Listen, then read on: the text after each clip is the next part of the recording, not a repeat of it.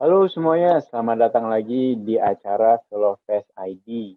Di hari kedua kali ini, kita akan melihat tentang acara kita nanti terdiri dari panel ide, sama ada juga polemik debat nanti.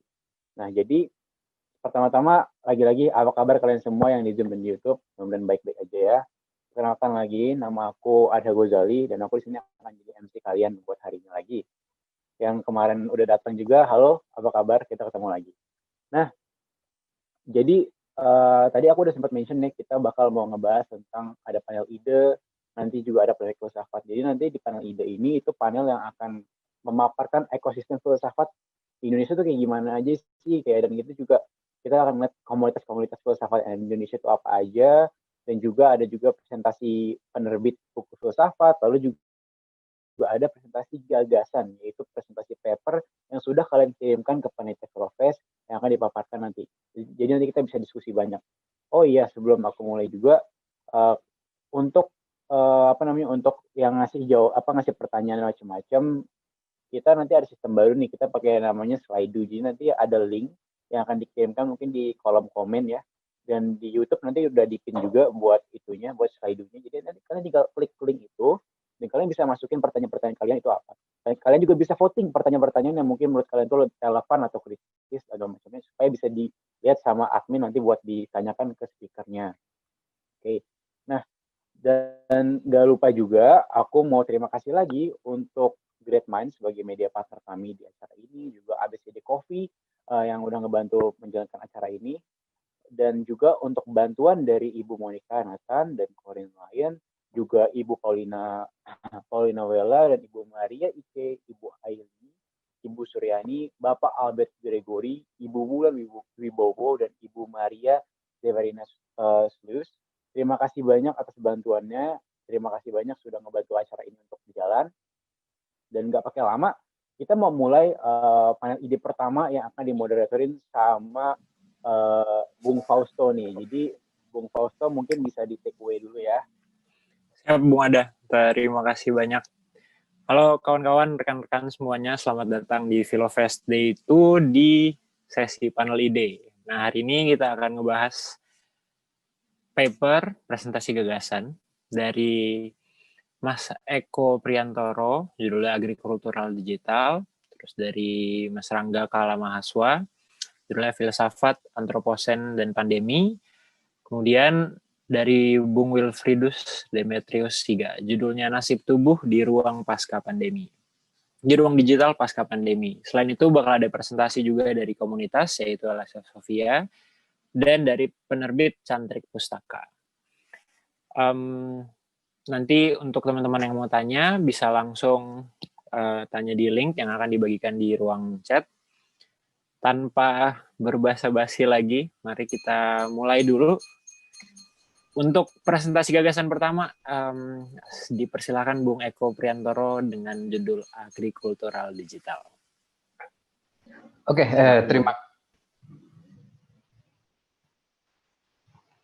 terima kasih Bung Fausto. Lama tidak berjumpa. Ya, untuk kali ini saya akan mencoba mempresentasikan ide atau gagasan yang saya bawakan tentang agrikultural digital. Saya akan langsung mulai saja karena waktunya sangat terbatas melalui PowerPoint.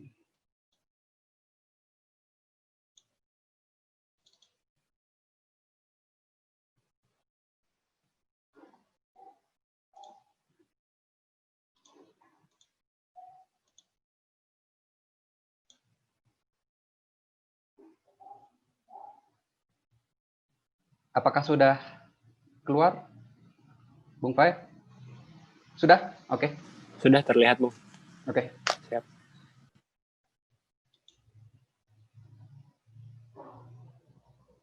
Ya,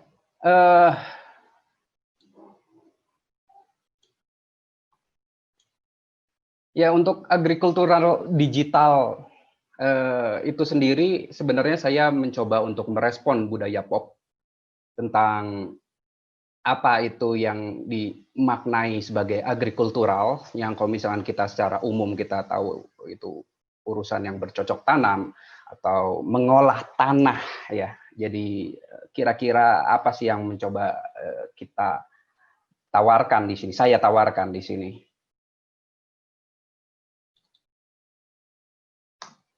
Nah, untuk agricultural itu sendiri, oh ini maaf ada garis ya, saya nggak tahu ini kenapa. Maksudnya dari tradisi, pop, lalu digital, ini yang saya artikan sebagai sebenarnya kita perlu untuk meredefinisi ulang arti kata tradisi atau sesuatu yang lampau atau sesuatu yang sudah jamak gitu, sudah umum untuk dikenal orang, itu maksudnya apa sih? Apakah kita itu menganggap warisan itu sebagai tradisi? Apakah kita melihat sesuatu yang pemberian dari leluhur atau generasi di atas kita itu sebagai tradisi? Batas mana yang kita perlu untuk memframe atau membatasi sejauh mana kita bisa anggap tradisi? Itu rasanya perlu ada kritisi lebih lanjut tentang arti kata tradisi. Lalu pop sendiri kita anggap sebagai sesuatu yang apa ya, kacangan, sesuatu yang kids, sesuatu yang remeh-temeh, yang sesuatu yang baru, yang biasanya berkenaan dengan sesuatu yang apa ya, yang praktis saja gitu, tidak bermakna, lebih dalam lagi. Lalu apakah benar kalau misalkan digital itu yang kita mau angkat sekarang ini sebagai sesuatu yang pop, apakah justru digital itu sudah begitu ramahnya sama kita, sudah menjadi bagian dari kita? Itu yang mencoba saya sampaikan. Ya, pertama kali saya akan terangkan dulu awal mulanya ya, kita bicara soal sejarah dulu di sini tentang perkembangan teknologi dari zaman ke zaman. Tentu kalau misalkan secara yang dimaksud di sini adalah masalah komunikasi. Kalau komunikasi itu saya mengambil frame di sejak mesin cetak, tentu sebelumnya manusia punya teknik-teknik tersendiri dari zaman batu misalkan. Ketika bahasa itu sesuatu yang masih sangat sederhana, berkembang, lalu mulai mungkin pakai burung merpati atau pakai teknik-teknik yang bisa dianggap sederhana, lalu masuk ketika Johannes Gutenberg menciptakan mesin cetak. Ketika itu ideologi menjadi begitu eksponensial, begitu menyebar, karena bisa direproduksi dengan jumlah yang banyak. Setelah itu kita masuk ke zaman televisi. Televisi itu kita tahu sebagai alat, pada masa itu adalah alat yang bisa menyampaikan secara visual dan audio. Jadi televisi itu bisa dianggap sebagai alien, sesuatu yang baru sekali, sesuatu yang menawarkan pembaruan dalam kemajuan teknologi, tapi juga menawarkan kemajuan dalam bentuk komunikasi. Ya, penyebaran ideologi dan berita melalui media audiovisual yang menyediakan narasi gerak, warna, dan suara. Sekitar ya 3 dekade lah, tahun 90-an, lalu tahun 2000-an, lalu sangat berkembang pesat di beberapa tahun terakhir ini kita kenal sekali yang namanya internet. Nah, di sini kita mesti kembali mengingat ulang bahwa internet itu sebenarnya bukan sesuatu yang sangat baru ya, karena barusan saya sebutkan ini cerita beberapa dekade yang lampau, tapi internet ini punya signifikansi yang menarik ketika kita kaitkannya dengan masa ini, masa pandemi ini. Masa pandemi ini menawarkan juga mempersulit mungkin ya kita untuk berkomunikasi, tapi sejauh mana teknologi itu bisa membantu kita untuk berkomunikasi.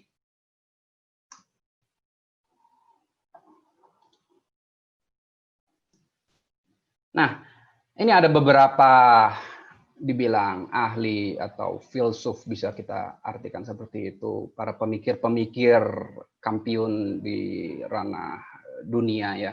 Biasanya datang dari dunia barat, ini kebetulan saya ambil contohnya dari tokoh-tokoh barat. Salah satunya Marshall McLuhan, bahwa kemajuan teknologi membuat kita berpikir ulang bahwa sebenarnya setiap media memiliki bahasanya sendiri. Masing-masing media berbicara bukan dari apa yang disampaikan, melainkan dari kedirian sang media. Aforisme yang terkenal dari McLuhan adalah medium is the message. Nah, McLuhan itu terkenal ya dengan kritiknya atau wacananya tentang apa sih yang ditawarkan oleh media. Jangan-jangan media itu berbicara dengan bahasanya sendiri. Mungkin bisa saya contohkan seperti kalau kita ngelihat CNN, kita akan tahu kira-kira CNN itu pemberitaannya seperti inilah. Kalau misalkan kita lihat misalkan Kompas, ya kira-kira kita tahu apa yang dibahas sama Kompas dan seterusnya dan seterusnya. Tapi ada juga pendapat-pendapat yang wacananya seolah-olah negatif dalam artian pesimis tentang wah itu kalau misalkan media-media seperti TV itu bakal membunuh media-media lain yang terdahulu. Lagian juga televisi itu kan seperti mengunci kita karena kita visual dan audio itu sudah terlock dengan satu tujuan, yaitu si box televisi, box ya waktu dulu itu masih bentuknya box. Itu datang dari Neil Postman. Neil Postman itu berkata media membentuk kebudayaan, seperti halnya Susan Sontag yang menganggap gambaran dunia berbentuk kamera yang merekam. Ya, Postman pesimis dengan kehadirannya televisi. Berbeda dengan Stephen Johnson. Stephen Johnson juga itu seorang penulis, dia seorang pemerhati budaya populer juga. Bagi dia kemajuan teknologi, entah itu internet, entah itu TV, entah itu game, entah itu film-film yang bisa dibilang kacangan kelas B gitu ya, justru hadir, justru membuat kita itu lebih aware, lebih bisa untuk beradaptasi. Justru di saat itu insting dasar manusia itu akan terbentur dan terbentuk menjadi suatu bentuk yang baru karena ya tentu saja manusia itu akan berkembang secara teknologi. Implosif, informasi dari televisi, film, video game melatih manusia untuk menjadi interdisipliner ya. Jadi gagasan ini juga sudah digaungkan berkali-kali bahwa semenjak teknologi informasi itu sangat besar, sangat luas, maka kita dengan mudah mengambil informasi-informasi yang tercecer atau yang terdapat di internet atau televisi atau manapun itu juga. Ada juga pendapat dari Jaron Lanier. Jaron Lanier itu kita mungkin kenalnya, dia lebih terkenal sebagai pencipta Google buat VR. Jadi dia adalah salah satu inisiator yang menciptakan virtual reality. Dia menciptakannya beberapa dekade yang lalu. Jaron Lanier itu menentang anggapan dari Ray Kurzweil. Ray Kurzweil itu seorang futuris yang kalau Ray Kurzweil itu menganggap masa depan internet itu justru membantu manusia mengenhance kemampuan manusia, memperpanjang tangan dalam tanda petik manusia. Jaron Lanier tidak beranggapan seperti itu. Mungkin pendapat Jaron Lanier itu mirip dengan pendapatnya Jean-Jacques Rousseau zaman dulu ketika globalisasi itu menyerang orang-orang yang punya kehidupan primitif tradisional gitu. Nah, itu beberapa pendapat para ahli atau para tokoh-tokoh dunia. Nah, ini saya ada refleksi juga tentang pandemi. Sebenarnya semenjak ada pandemi ini, apa sih yang baru?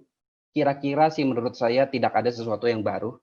Tidak ada sesuatu yang berkembang secara teknologi. Sebenarnya kita menggunakan internet, kita sudah bisa menggunakan Zoom dari zaman sebelum pandemi, kita sudah bisa menggunakan taksi online, jasa antar makanan online, GoSend dan lain sebagainya, e-commerce. Itu udah suatu yang umum-umum saja, tidak ada pembaruan, cuma kita mengoptimalisasi saja penggunaannya. Nah, dari kalau misalkan kita tarik lagi, zoom out lagi kondisi ini, sebenarnya apa sih yang terjadi itu? Sebenarnya kita hanya mengulang-ulang saja kan sejarah, cuma dalam bentuk baju yang lebih modern, dalam kemasan teknologi yang lebih canggih sebenarnya. Lalu yang saya anggap sebagai agrikultural di sini, kita menganalogikan ya, anggapnya kita tahun 2000-an, tahun 90-an itu kan kita masih gagap teknologi internet. Tentu saja kita itu seperti food gathering gitu. Kalau misalkan orang zaman dulu kan belum bisa bercocok tanam, dia berburu makanan, mencari umbi-umbian atau mencari buah-buahan, lalu mulai berburu hewan. Jadi pengumpul, belum mencipta, belum bercocok tanam. Sama seperti halnya di internet. Internet pun mengalami disrupsi yang aneh-aneh. Seperti contohnya tahun 94 atau 95, kalau nggak salah itu ada .com bubble di Amerika, di pasar sahamnya. .com bubble itu orang-orang seolah-olah percaya sama pasar future, sama masa depan, bahwa nanti .com itu menjadi sesuatu yang sangat hebat gitu, sesuatu yang menjadi komoditi yang menjual sekali.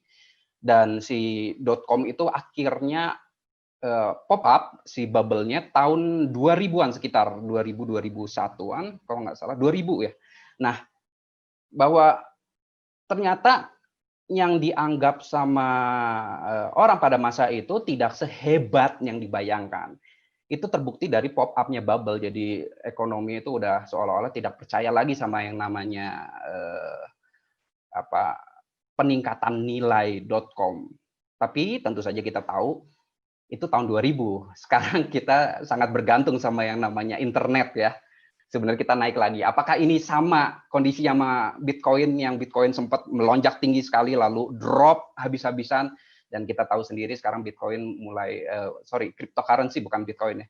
Cryptocurrency itu mulai merangkak lagi, dan kali ini dengan kondisi yang lebih pasti karena semua orang juga mulai menyadari ya ini saatnya kita udah menganggap sesuatu yang derivatif, dalam arti ya nilai tukar turunan-turunan seperti Bitcoin atau dompet-dompet kayak GoPay atau ShopeePay atau OVO itu, kalau misalkan kita anggap sebagai hal-hal yang remeh-temeh, sekarang kita isiin terus karena kita butuh itu. Ya, ada satu pendapat menarik juga dari salah satu filsuf dari Prancis, Paul Virilio. Ini mazhab-mazhabnya Prancis ya, dekat-dekat sama Posmo. Pada dasarnya segala sesuatu hanya percepatan saja, bukan revolusi, bukan demokrasi dan lain sebagainya. Jadi ini kita hanya mengalami percepatan-percepatan zaman saja. Ya, lanjut ke disrupsi digital dan gegar budaya. Yang saya maksud dari disrupsi digital dan gegar budaya ini adalah ternyata orang-orang itu terpaksa atau dipaksa untuk menjadi pengguna aktif internet. Para orang-orang tua atau para orang-orang yang masih puritan bisa dibilang, yang tidak mau terlalu dekat dengan gadget, tidak terlalu dekat dengan internet, akhirnya dengan sangat terpaksa ya harus ikut juga. Misalkan sekarang ada penggiat filsafat yang ingin tetap berkomunitas, tentu akan dibatasi karena tidak boleh berkumpul terlalu banyak. Tapi kan ada media ini ya, Philofest ID yang tentu saja kalau misalkan kamu tidak mau dekat sama digital ya tidak bisa ikut bagian dalam acara ini. Terus ya tentu saja ini perubahan ini semua aspek berpusatnya pada internet, berpusatnya pada teknologi, karena kita benar-benar nggak tahu ini bagaimana lagi. Kita mencari alternatif-alternatif, kita mencari substitusi untuk melanjutkan kehidupan kita. Kita beralih ke layar dan layar gitu. Sekarang kita sekarang di sosial ini selalu dibatasi dengan lembaran-lembaran layar. Ya, barusan juga saya sebutkan bahwa alat tukar menjadi berubah bentuk, dan kita harus siap untuk nanti barang-barang seperti lembaran-lembaran kertas yang ada di dompet kita itu cuma alat alat barang antik gitu, yang kayak kita mengoleksi perangko. Kalau misalnya kita anggap perangko barang antik, mungkin suatu saat dompet yang diisi di dompet kita ini menjadi seperti perangko juga. Dan tentu saja data juga menjadi penting. Data itu menjadi salah satu komodita yang dianggap seksi, tapi apakah data itu seseksi yang dianggap? Ya kita masih belum tahu juga ya, karena ya toh kalau misalkan data segitu seksinya tentu nggak ada YouTube Ads. Netflix juga tetap tidak mau untuk dikasih tax atau pajak ya sama Sri Mulyani. Tapi ya tentu ada kompromi-kompromi seperti itu. Ya kita lanjut ke dunia seni. Kenapa saya langsung meloncat pada dunia seni? Sebenarnya seni yang saya anggap di sini adalah seni yang sebagai jejaring, seni yang mengisi relung-relung antara disiplin-disiplin yang berbeda-beda, sektor ekonomi, sektor pendidikan, sektor industri, sektor farmasi dan lain sebagainya, transportasi dan lain sebagainya. Kenapa seni? Karena pada dasarnya saya beranggapan bahwa seni itu adalah suatu proses ya, yang kita tahu bahwa bahwa kalau misalkan di seni itu kan orang mencoba mengabstraksi sesuatu yang konkret, dan di dunia seni ini yang tampak terasa ya perubahannya ketika kita mengalami pandemi. Kita lihat di industri film seperti halnya industri film menurun drastis, dan diskusi-diskusi seperti pada umumnya ya moderator itu salah satu penggiat film juga tentu tahu bahwa bagaimana kesusahannya berdiskusi atau kita nonton ke bioskop, akhirnya jadi film-film downgrading. Terus kita, bukan saya maksudnya meng-underestimate film Tilik, tapi kan kita biasanya kalau misalkan tahun lalu kita mati-matian membahas soal film-film si Bong Joon-ho, si Parasit itu ya, tapi kok kita sekarang jadi ngebahasnya film pendek Tilik gitu yang katanya cetek dan cemen gitu. Tapi apakah ini suatu kemunduran? Menurut saya tidak juga. Justru ini saatnya ada panggung untuk film-film sederhana seperti Tilik. Lalu musik, misalkan musik tentu saja tidak jauh dari urusan promo, monetize. Bagaimana para musikus-musikus itu bisa menjual karyanya dia tentu akan menjadi suatu kendala kalau misalkan mereka tidak bisa konser. Nah, selain daripada film, musik, apalagi pementasan teater dan lain sebagainya, itu ada sektor-sektor lain seperti sektor game yang kita anggap sebagai sudah menjadi bagian dari seni juga, karena sudah dipamerkan di MoMA ya, Museum Modern of Art di New York, bahwa game itu berbeda nih kondisinya sama musik dan lain-lain, karena video game itu justru mengalami peningkatan, justru mengalami lonjakan pembelian. Lalu orang-orang yang tidak bisa kemana-mana jadi main game kan, terus ya kita bisa lihat sendiri secara statistik penjualannya, perniagaan game itu meningkat, walaupun memang ada event-event seperti pertandingan turnamen dunia itu nggak bisa berkumpul di satu tempat, tapi tetap berjalan, dan penundaan beberapa game-game yang ditunggu-tunggu orang seperti Cyberpunk 2077 dan lain sebagainya. Ya, selain itu juga ada media sosial. Segala sesuatu yang berhubungan dengan media sosial itu tentu akan mendapat panggung dari kondisi pandemi ini. Pameran menjadi virtual, harus pakai media sosial, lalu komik-komik digital yang mungkin dipandang sebelah mata sekarang justru diminati karena kita terbiasa di rumah dan menikmati segala sesuatu informasi, hiburan dari gadget atau internet.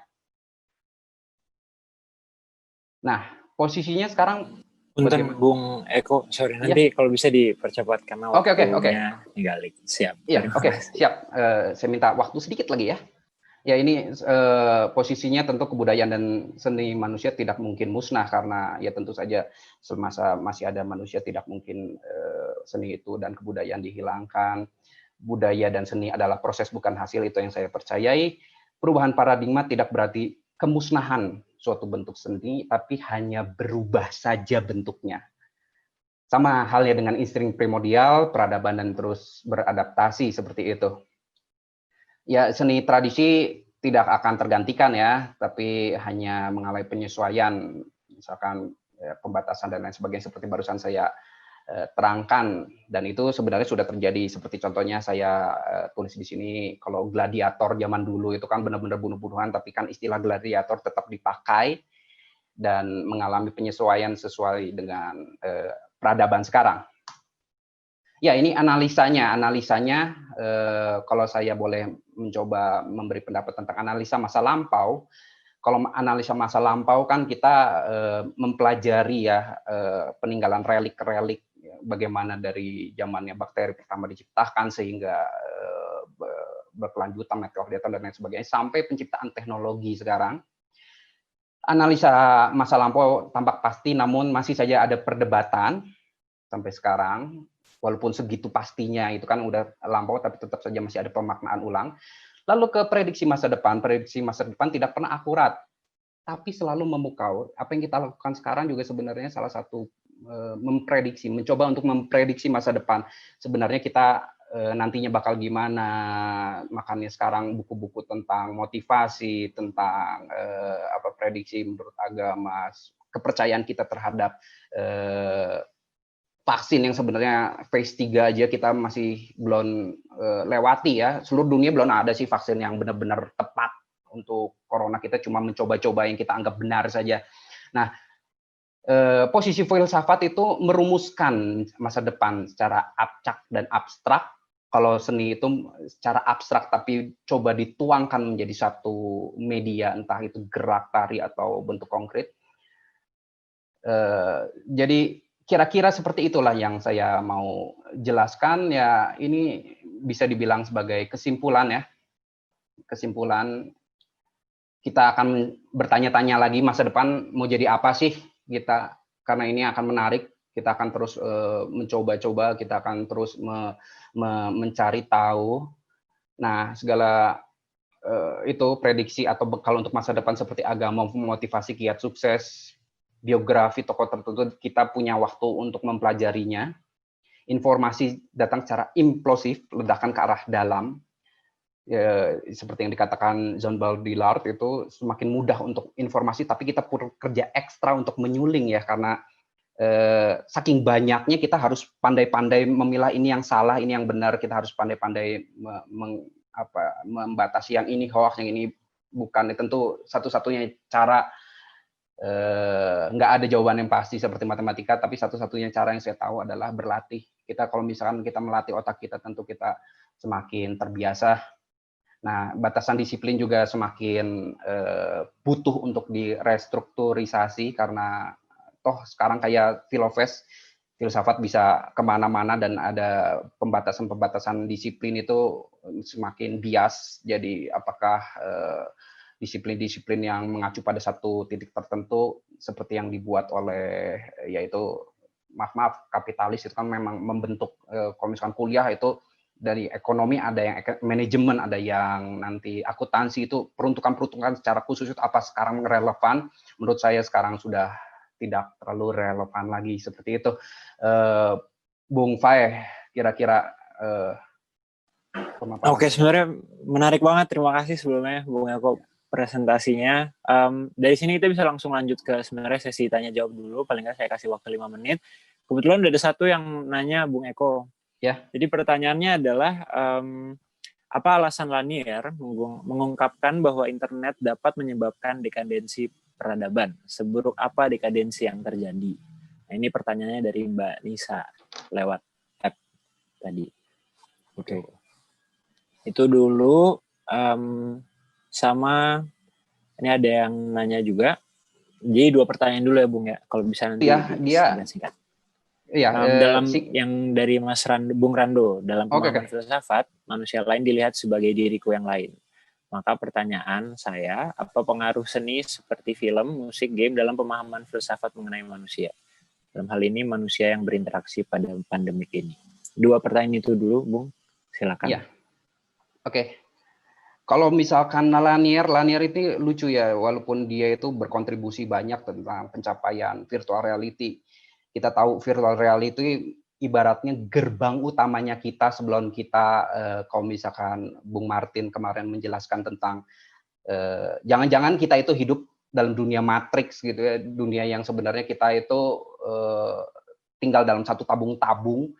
Menurut saya bisa saja kita itu sekarang bukan hidup di dunia matrix, tapi justru karena kemajuan teknologi kita itu menguburkan diri ke dalam tabung-tabung itu sendiri. Karena kita mulai menyadari betapa mudahnya ternyata ringkasnya, ternyata praktis ya kalau misalkan kita itu hidup seperti itu. Mungkin yang lebih tepat saya bukan mengandaikannya ke dunia matrix, tapi ke dunia Wall-E. Di Wall-E itu kan orang-orang jadi ya udah aja gitu, semua serba otomatis, semua bekerja. Kalau misal Matrix itu kan distopia tentang teknologi, maka di Wall-E itu menjadi utopia. Jadi orang itu terlalu enak, jadi makannya hanya duduk-duduk, lalu jadi gemuk dan fisiknya menurun. Bisa saja seperti itu kan, insight lain. Nah, Jaron Lanier itu mungkin ya kita tidak bisa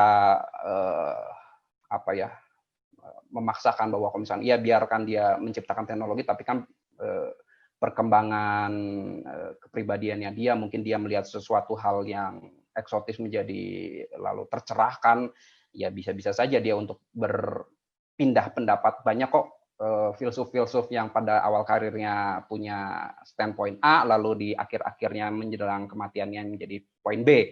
Seperti itu. Lalu tadi pertanyaan kedua itu tentang refleksi ya? Dampak sebenarnya pengaruh seni, film, musik dalam pemahaman filsafat di masa pandemi ini. Tadi kan Bung sempat singgung hal itu kan. Oke. Nah, kalau misalkan seni itu apa ya? Kalau misalkan kita lihat secara turunan seni gitu, dalam artian seni yang bukan abstrak, seni itu yang bukan adiluhung, seni sebagai game, kita melihat seni sebagai film, kita melihat seni sebagai musik yang streaming gitu ya, tentu saja itu menjadi katarsis ya, kita jadi pelampiasan kesusahannya kita ternyata kita bisa bahagia juga walaupun kita hobinya traveling, tapi ya kita menikmati musik, kita menikmati game, kita menikmati film di rumah juga bisa tentu. Tapi si film-film itu sendiri, musik-musik itu sendiri tentu mengalami perubahan. Saya tidak berani mengatakan downgrading ya, mengalami perubahan tentu saja karena misalkan film-film dengan budget besar kan tentu butuh keluar outdoor, butuh syuting yang lebih tidak tertutup dan menjaga protokol seperti saat ini.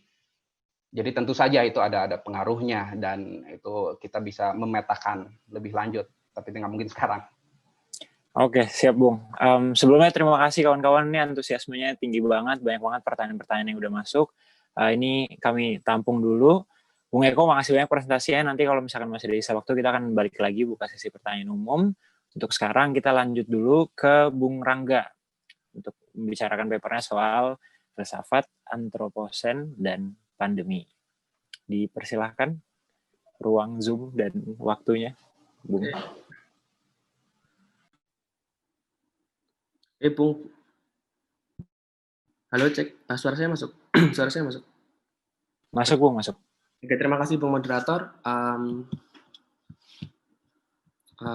Saya akan mempresentasikan hasil dari refleksi dan juga penelitian beberapa waktu terakhir mengenai antroposen, filsafat, dan juga pandemi. Saya Rangga Kalamaswa di sini akan mempresentasikan bagaimana kemudian filsafat itu bisa lahir dari situasi saat ini, situasi pandemi, dan juga situasi epos antroposen. Oke, langsung saja. Pertama mungkin ini sedikit kita ngobrol-ngobrol soal bagaimana pandemi bisa menumbuhkan semacam awareness terhadap diri kita atau lingkungan kita bahwa kemudian kesehatan itu menjadi sesuatu hal yang penting. Nah, pandemi itu sendiri yang kita tangani hari ini yaitu berkaitan dengan coronavirus. coronavirus itu sendiri kita tahu bahwa penyebarannya itu dari hewan ke hewan, atau dari hewan ke manusia, atau dari manusia ke manusia. Dan status saat ini COVID-19 menjadi status pandemi global. Nah, lalu kita sedikit berusaha untuk merefreshing pikiran kita bahwa kita pernah mengalami transisi dari status yang keadaannya normal-normal saja menjadi keadaan yang new normal atau saat ini kita jalani. Nah, pertama kali kita tahu bahwa COVID-19 itu dilaporkan sejak Desember 2019. Nah, awalnya kita sebagai masyarakat Indonesia menganggap itu remeh. Itu bukan suatu kejadian yang luar biasa. Apa yang menjadi persoalan itu adalah ketika kita melihat kematiannya itu ada di sana, bukan di sini atau bukan di sekitar kita. Kita juga sering sekali menemui bahwa banyak sekali lelucon yang menghibur seperti meme-meme. Sebenarnya itu semacam ya trik-trik yang kita gunakan untuk menyembunyikan ketakutan kita kan. Nah, tapi pada akhirnya COVID-19 kemudian naik menjadi status pandemi global sekitar Rabu 11 Maret 2020. Nah, karena kita sebelumnya hanya bergantung pada data yang sudah dihasilkan oleh WHO misalnya, kemudian 3 hari kemudian, Sabtu 14 Maret 2020, akhirnya COVID-19 menjadi bencana nasional Indonesia. Di sini kita semacam sebagai manusia Indonesia sering sekali membuat strategi-strategi yang menghibur diri kita, membuat meme seolah-olah corona itu bukan hal yang menakutkan. Tapi kemudian setelah corona itu masuk, kita kemudian berpikir 2 kali bahwa corona ini menjadi suatu hal yang berbahaya dan mungkin mengancam kehidupan kita sekitar. Artinya kematian yang ada di sana kemudian bergeser menjadi kematian yang ada di depan kita. Bahkan mungkin kita sudah tahu bahwa kita sendiri sudah banyak sekali membuat alternatif obat herbal, kalung corona, dan lain sebagainya. Ya, yang penting itu usaha, tapi pada akhirnya kita akan bergantung pada yang namanya vaksin, dan kita tahu beberapa hari terakhir ini vaksin mungkin sudah datang di Indonesia, dan itu akan segera disebarkan. Tapi kemudian yang menjadi fokus penelitian saya adalah saya ingin melihat bagaimana awareness masyarakat kita terhadap COVID-19 dan juga antroposen itu sendiri. Nah, sebelumnya kita merefresh kembali bahwa kita pernah mencapai titik tertinggi per 3 Desember 2020, sekitar 8.369 kasus yang bertambah, dan jumlah meninggal itu 17.355, tetapi jumlah yang meninggal ini kita asumsikan bahwa dia tidak pure karena penyakit COVID-19, karena COVID-19 ini sendiri menjadi pandemi juga disertai dengan jenis-jenis penyakit penyerta lainnya. Nah, artinya masyarakat kita juga punya problem kesehatan yang belum terselesaikan, kemudian ditambah atau diperparah dengan datangnya pandemi. Dan problem-problem penyakit bawaan sebelumnya inilah yang kemudian mempercepat dan memberikan semacam masalah lain untuk kemudian harus segera diatasi. Nah, status COVID-19 pada Desember 2020 di seluruh dunia kita tahu bahwa jumlah kematiannya hampir mencapai 1,5 juta jiwa. Dan itu menjadi suatu hal yang urgen, dan pada akhirnya seluruh dunia menyatakan bahwa ini sebagai pandemi global. Nah, kita kemudian menyetujui bersama bahwa ini sebagai pandemi global, kita harus menyelesaikan bersama bagaimana solusinya. Meskipun kita tahu bahwa solusinya kita harus mengisolasi diri, setiap negara harus menutup jalur perdagangan, jalur transportasi, dan sebagainya. Nah, kita tahu di situ ada sisi yang menarik, bahwa masyarakat kemudian berusaha untuk merefleksikan dirinya ketika mereka mengisolasikan dirinya. Mereka berkata bahwa, ketika kita mengurangi luaran emisi gas, kita bisa menurunkan setidaknya karbon yang ada di atmosfer kita. Kita bisa melihat bagaimana perbandingan foto di beberapa negara sebelum dan sesudah adanya COVID-19 seperti itu. Kemudian tingkat polusi kemudian turun, tapi itu kan awal-awal ya, itu awal-awal ketika kita bisa artikan sebagai semacam PSBB awal, kita bisa melihat, ternyata langit Jakarta sekarang lebih cerah ya daripada sebelumnya, tapi hari ini itu tidak lagi. Di satu sisi kita punya masalah yang berkaitan dengan antroposen. Antroposen itu nanti akan saya jelaskan, masalahnya adalah bagaimana kita mengelola sampah kesehatan yang kita gunakan selama pandemi ini. Apalagi seperti penggunaan masker dan lain sebagainya. Itu yang kemudian menjadi problem tersendiri, apakah kemudian strategi yang kita lakukan itu tidak akan berdampak dengan lingkungan kita. Seperti itu, karena orientasi kita kembali pada bagaimana caranya manusia itu survive. Meskipun kita tahu bahwa jumlah dari 7 miliar manusia hanya baru 1,5 juta yang meninggal dunia. Seperti itu in case COVID-19. karena presentasi ini waktunya singkat, sebenarnya saya akan masuk ke pembahasan yang kedua, yaitu mengenai antroposen. Lalu apa sih hubungannya antroposen dan juga pandemi? Mungkin kita saat ini melupakan antroposen itu sendiri. Nah, antroposen itu seperti apa?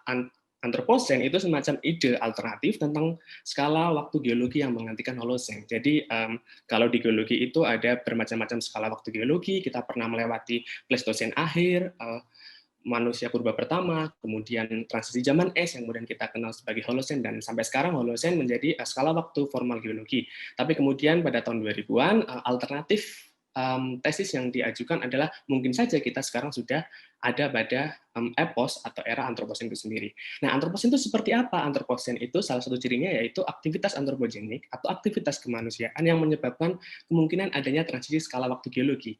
Jadi yang dari Holosen menjadi antroposen. Nah, antroposen itu sendiri mencirikan manusia sebagai geological force. Kalau sebelumnya di Pleistosen, di Holosen, alam kita andaikan bahwa dia memiliki potensi yang lebih besar sebagai geological force, manusia hari ini memiliki potensi yang sangat besar. Kita bisa tahu mungkin hampir seluruh peta yang kita jelajahi itu sudah berwarna, kan? Artinya manusia secara tidak langsung telah mengubah struktur geologi yang kita pahami saat ini. Kemudian, tetapi antroposen itu sendiri belum terratifikasi secara formal. Mengapa demikian? Karena kita masih belum menemukan golden spike atau titik emas di mana sebagai penanda transisi dari waktu geologis satu ke waktu geologis lain. Ketika kita mengetahui penanda transisi waktu dari Pleistosen akhir ke Holosen dari Pleistosen akhir ke Holosen awal, kita tahu bahwa di situ perubahan dari zaman es, kemudian musim panas yang lebih panjang, dan akhirnya es mencair dan masuk ke fase berikutnya, yaitu fase Holosen. Kemudian saya mengidentifikasi sejauh penelitian saya menemukan bahwa ada 3 kemungkinan tesis itu bisa diratifikasi. Pertama yaitu intervensi awal manusia, kedua yaitu revolusi industri, dan yang ketiga the Great Acceleration. Oke, kemudian kita masuk bahwa ini salah satu contoh golden spike atau titik emas di situ. Artinya ketika kita ingin memverifikasi antroposen itu sendiri, berarti kita harus menemukan di mana sih titik emas yang bisa kita temukan. Apa nanti buktinya itu seperti apa gitu kan? Karena buktinya itu terlalu banyak sekali. Nah, di sini kita secara formal memang kita masih di Holosen ini dan di Pleistosen akhir. Kemudian masuk ke Holosen, tapi kemudian antroposen itu belum diratifikasi. Kenapa? Karena kita masih belum menemukan buktinya. Mengapa itu sulit? Karena bukti yang dipaparkan oleh antroposen adalah bukti yang sifatnya diakronik, artinya secara terus-menerus seperti itu. Dan itu lebih cocok untuk kita lihat pada pembahasan antropologi, mungkin pada pembahasan paleontologi dan sebagainya. Nah, tesis antroposen di sini dia ingin menyertakan bahwa kemudian manusia sangat mendominasi bagaimana struktur luar geologi itu terbentuk. Nah, tetapi saat ini kemudian antroposen itu sendiri tidak hanya menjadi pembahasan diskursus para ahli geologi, tetapi juga menjadi pembahasan sebagian besar para kalangan non-geologi, misal dari ilmu sosial, dari filsafat, dan juga bahkan seni. Artinya antroposen kemudian mempertanyakan kembali bagaimana status manusia di zaman sekarang, di era sekarang, apalagi perubahan yang senantiasa berubah sangat cepat dan sangat kompleks sekali. Dan kemudian bagaimana relasinya dengan manusia? Apakah kemudian manusia akan tetap seperti ini ataukah dia akan berubah dan lain sebagainya? Bagi sebagian besar orang geologi yang hanya mencari bukti otentik secara ilmiah melalui fosil-fosil, melalui sedimentasi tanah dan lain sebagainya, mungkin dia tidak akan menghiraukan bagaimana prosesi kemanusiaan yang akan terjadi di era antroposen ini. Problemnya sangat banyak, kita sering mengetahuinya. Oke, dari 3 kemungkinan ratifikasi yang mungkin saja kita bisa menentukan kapan sih sebenarnya transisi Holosen ke antroposen itu kapan gitu. Kita bisa mengetahui yang pertama yaitu intervensi manusia awal. Antroposen purba di sini teorinya ingin menjelaskan bahwa pendekatan diakronis sangat memungkinkan. Revolusi agrikultur muncul. Berarti di situ intervensi manusia sangat besar sekali. Bukti fosil purba, artefak, peralatan, dan arang purba, penjelajahan, pembukaan lahan, dan juga domestifikasi hewan pertama kali. Tetapi kemudian dalam perdebatannya, intervensi awal manusia ini memiliki kelemahan di mana persebaran buktinya yang masih sifatnya regional dan kebertahanan fosil. Contohnya ketika di Afrika saja atau di mana. Sedangkan bukti perubahan atau transisi skala waktu geologi itu harusnya sinkronik dan global. Contohnya ketika kepunahan kelima, dinosaurus punah, itu kan sinkronik dan itu secara global. Seperti itu. Lalu ini contohnya seperti ini, kalau kita direntangkan intervensi manusia awal, berarti mulai dari 3 juta tahun yang lalu sampai hari ini. Bagaimana kemudian bukti-bukti diachronik itu dikumpulkan dan menjadi satu seperti itu. Tapi itu cukup sulit karena buktinya dianggap sebagai lokal. Dan kemudian yang kedua yaitu tesis revolusi industri. Di tesis ini dia ingin melihat bahwa temuan musim uap, perluasan penggunaan batu bara, industrialisasi dan spesialisasi kerja itu menjadi kemungkinan adanya titik di mana emisi karbon itu mungkin meningkat sekitar abad ke-18 sampai saat ini. Tetapi kemudian bukti itu juga masih disanggah karena bukti industrialisasi belum cukup masif dan global. Tetapi yang penting adalah di era revolusi industri ini cukup mengawali percepatan berikutnya. Nah, percepatan berikutnya apa? Percepatan berikutnya itu muncul setelah Perang Dunia Kedua. Setelah Perang Dunia Kedua sering sekali dikenal penandanya 1950-an, 1960-an, ketika setiap negara-negara maju mulai berkembang, titik ledakan aktivitas sosial ekonomi masyarakat sudah semakin besar, kemudian muncul banyak sekali tren-tren yang di mana akselerasi itu mulai muncul. Entah jumlah manusia yang semakin banyak, kemudian peningkatan transportasi, globalisasi yang benar-benar mulai masif, dan bahkan banyak sekali perubahan-perubahan yang tidak hanya mempengaruhi aktivitas manusia, tetapi bagaimana sistem biosfer itu muncul. Dan bahkan ada tesis yang mengatakan bahwa kemungkinan besar the Great Acceleration itu akan mengawali ancaman kepunahan ke-6. Ketika kita tahu bahwa kepunahan ke-5 itu ada di dinosaurus, misal katakanlah seperti itu. Nah, titiknya di sini kita bisa lihat bahwa titik 1990-an para ahli antroposen kemudian mungkin di The Great Acceleration itu bisa menjadi pembuktian bahwa kemudian transisi skala waktu geologi itu akan dimungkinkan. Ini adalah planetary Menderes. Di sini dia ingin melihat bahwa kemudian ada hal-hal yang mungkin cukup riskan. Kita ketahui bahwa misalnya diversifikasi genetik itu mulai riskan hari ini, nitrogen dan fosfor mulai tinggi dan kemungkinan besar itu bisa mengancam sistem ekologis kita. Nah, lantas bagaimana saya ingin membuktikan bahwa kemudian tesis antroposen itu bisa ada? Bagi saya sendiri kemungkinan besar adalah kita melakukan pendekatan secara geologis, yaitu pendekatan teknostratigrafi. Intinya kita melihat teknofosil. Mengapa harus teknologi? Karena teknologi adalah sesuatu hal yang kemudian dibuat oleh manusia dan itu bisa dibuktikan secara material seperti itu. Artinya ketika plastik, botol atau handphone teman-teman semua itu sudah memfosil, artinya itu mungkin bisa menjadi pembuktian fase transisi berikutnya. Nah, ini secara singkat seperti ini, bahwa kemudian teknofosil itu menyebar dan berevolusi. Ini salah satu contoh gambaran bahwa seni teknofosil masa depan itu sangat memungkinkan. Ini hanya sebagai gambaran. Bayangkan jika fosil yang ditemukan adalah seperti ini di masa depan. Kita mungkin akan menemukan 100 tahun lagi atau 200 tahun lagi. Atau mungkin kalau kita punah, mungkin alien yang menemukan atau robot dengan kecerdasan buatan misalnya. Lalu secara filosofis, bagaimana status manusia di antroposen? Sekali lagi, antroposen bukan antroposentrisme, karena dia adalah wacana geologi. Antroposen menempatkan bahwa bumi sebagai entitas yang tidak lagi stabil, apalagi dapat diprediksi karena terra incognita tadi. Ketika kita mundur di Holocene, Pleistocene, dan lain sebagainya, diasumsikan itu masih bisa diprediksi secara adekuat. Kemudian artinya manusia tidak dapat mengklaim peran dominasinya secara eksklusif. Antroposen adalah geologi, manusia kembali lagi sebagai agen geologinya di situ. Jadi dia masuk di dalamnya menjadi objek. Kalau kita mengandalkan manusia di atas segalanya, tapi kemudian di tesis antroposen itu dipertanyakan kembali. Dan yang terakhir adalah kesadaran akan situasi kondisi yang direferensikan pada antroposen muncul tidak sejak awal, tetapi setelah akumulasi aktivitas antropogenik secara bertahap. Contohnya hari ini kita sadar bahwa kita mengalami perubahan yang sangat pesat, mungkin ancaman pemanasan global atau perubahan iklim. Tetapi ketika kita mundur di era revolusi industri, orang-orang ketika menggunakan batu bara, pada waktu itu mungkin dia tidak punya rasa bersalah, ya sudah kita lakukan saja. Baru hari ini kita awareness-nya, padahal itu problem akumulasi sebelumnya. Lalu pertanyaannya adalah, apakah ada relasi antara antroposen dan juga pandemi? Apakah pandemi bisa memperlambat laju antroposen tadi? Apakah pandemi memiliki korelasi signifikan terhadap ratifikasi antroposen? Apakah antroposen berpengaruh terhadap wabah global? Jadi ini pertanyaan yang kemungkinan harus kita jawab nantinya.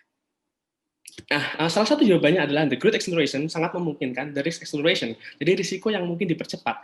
Artinya kita tahu bahwa di Wuhan itu sekitar 1980-an kita tahu di sana ada wabah, bukan Wuhan tapi di Cina ada wabah, tapi kemudian kenapa itu tidak bisa menjadi pandemi global, karena itu salah satu problemnya adalah percepatan mobilitas, percepatan transmisi dari manusia ke manusia lainnya itu sangat pelan, berbeda dengan hari ini. Artinya percepatan transmisi penyebaran virus global itu sangat dipengaruhi oleh the Great Acceleration tadi. Salah satunya adalah transportasi.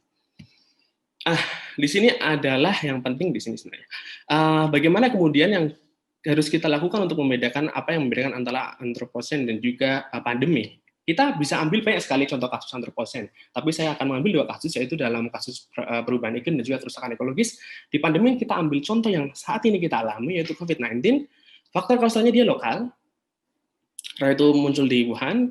Kemudian antroposen itu bisa lokal, bisa global. Artinya mungkin saja itu muncul ketika di Inggris, revolusi industri dan lain sebagainya. Tapi kemudian dampak wilayahnya bisa global. Dua-duanya dampak wilayahnya global. Waktunya COVID-19 cepat, antroposen waktunya lambat. Ancamannya kematian, antroposen ancamannya adalah kerusakan. Siapa yang terdampak ketika COVID-19 sebagai virus yang terdampak hanyalah spesies saja, tetapi antroposen yang bisa terdampak semuanya. Area sifatnya, area itu bisa menjangkau pada sistem ekologisnya juga spesiesnya.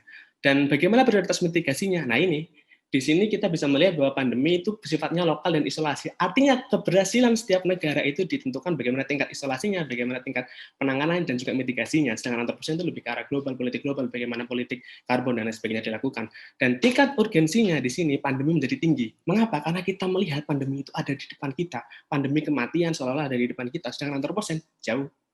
100 tahun lagi, 200 tahun lagi. Ya seperti halnya orang-orang ketika di era industri revolusi dulu ya sudah tidak apa menggunakan batu bara. Kemudian tindakan kesadarannya lebih tinggi dan antroposen itu lebih rendah. Kemudian di sini ada tingkat pencegahannya. Ketika COVID-19 mungkin kita bisa mencari cara dengan vaksin, imunitas kerumunan misal, tapi di antroposen kita lebih lihat bagaimana memperbaiki sistem aktivitas antroposen ini. Persamaannya adalah dua-duanya sama-sama termediasi dan ditransmisikan oleh manusia. Lalu proyeksi yang dimungkinkan adalah ada 2 skenario, skenario harapan dan juga skenario keterputusasaan. Harapan artinya kita harus beradaptasi dengan lingkungan, beradaptasi dengan kondisi pandemi saat ini, dan juga kemungkinan besar bagaimana kita menghadapi ancaman dari perubahan iklim dan lain sebagainya, mengubah cara pandang kita terhadap alam, multi spesies. Kita pikirkan kembali, relasi kita tidak hanya sekedar dengan manusia dan manusia, tetapi dengan multi spesies, dan manusia dengan virus, manusia dan hewan dan sebagainya, dan juga non manusia. Kemudian mengatasi kerentanan manusia dengan segala risiko yang dimungkinkan. Risikonya adalah mungkin kita sekarang sedang mengorbankan 1,5 juta orang karena kita tahu pandemi, tapi ya kita tahu dengan itu kita belajar banyak, meskipun sedikit ironis. Kemudian skenario yang kedua yaitu skenario keterputusasaan. Ya sudah, seperti yang sudah-sudah. Alam diciptakan untuk manusia, manusia pakai, sejahtera sudah. Kepunahan-kepunahan pasti akan dapat cepat atau lambat. Bumi mungkin akan makin panas, ya sudah kita habisi saja apa yang ada seperti itu. Dan di sini lebih melihat bahwa mungkin kita lebih berasa pesimis dan kita tidak punya ketidakpercayaan seperti hari ini. Mungkin kita semua, apakah kemudian kita bisa mensurvei bahwa seluruh manusia di dunia ini percaya dengan pemimpinnya atau percaya dengan sesama, itu masih perlu untuk dipertanyakan kembali. Dan jawaban terakhir dari ini adalah, karena kita di forum filsafat, filsafat pasca pandemi itu seperti apa, ketika kita seharusnya merenungkan seperti apa.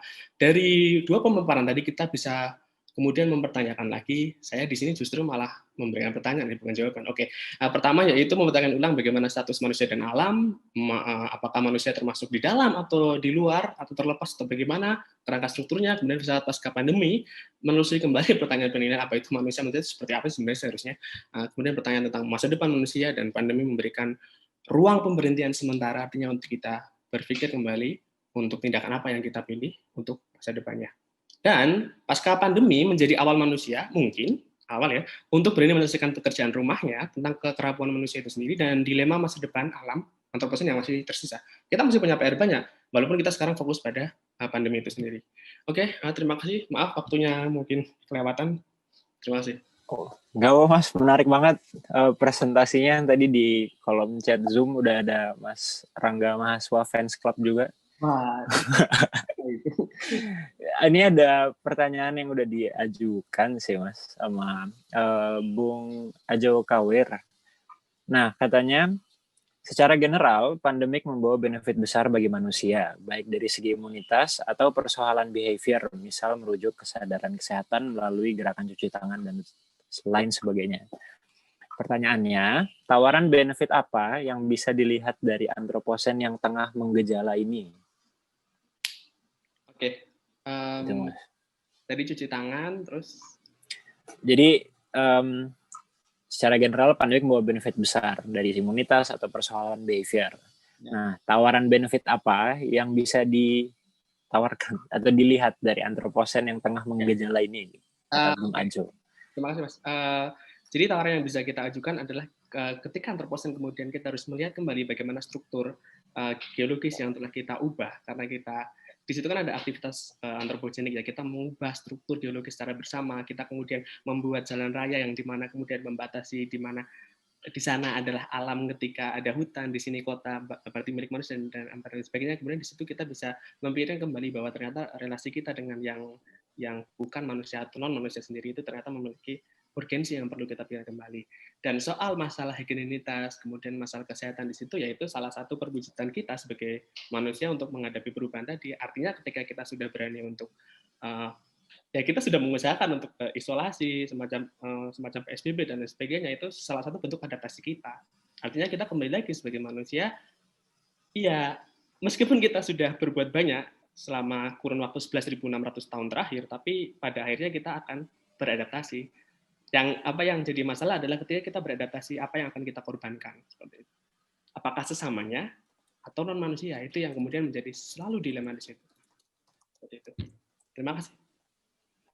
Oke, Bung. Sebenarnya ini ada pernyataan yang menarik dari papernya, Bung.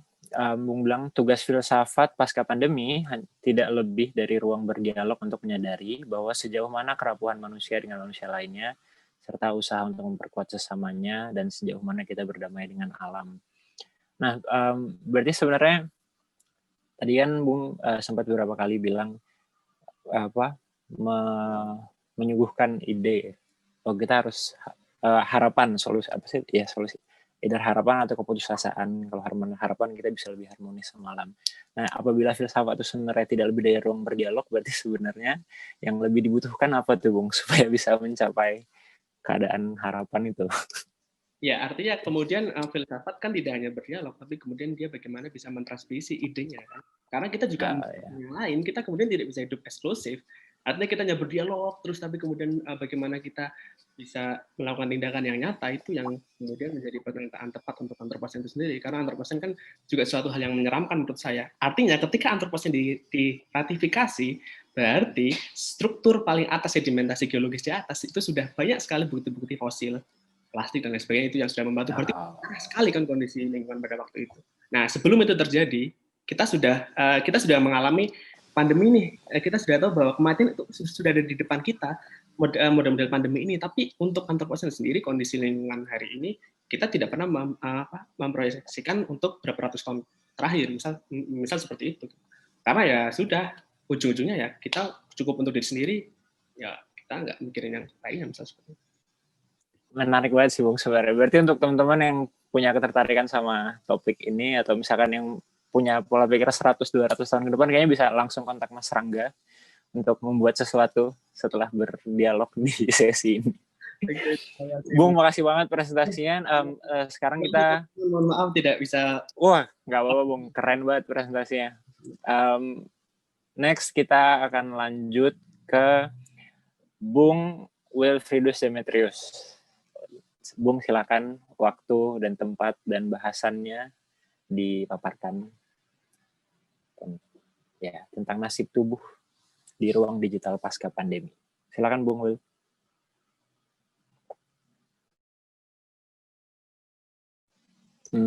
Bung Wilfriedus, terdengarkah? Halo.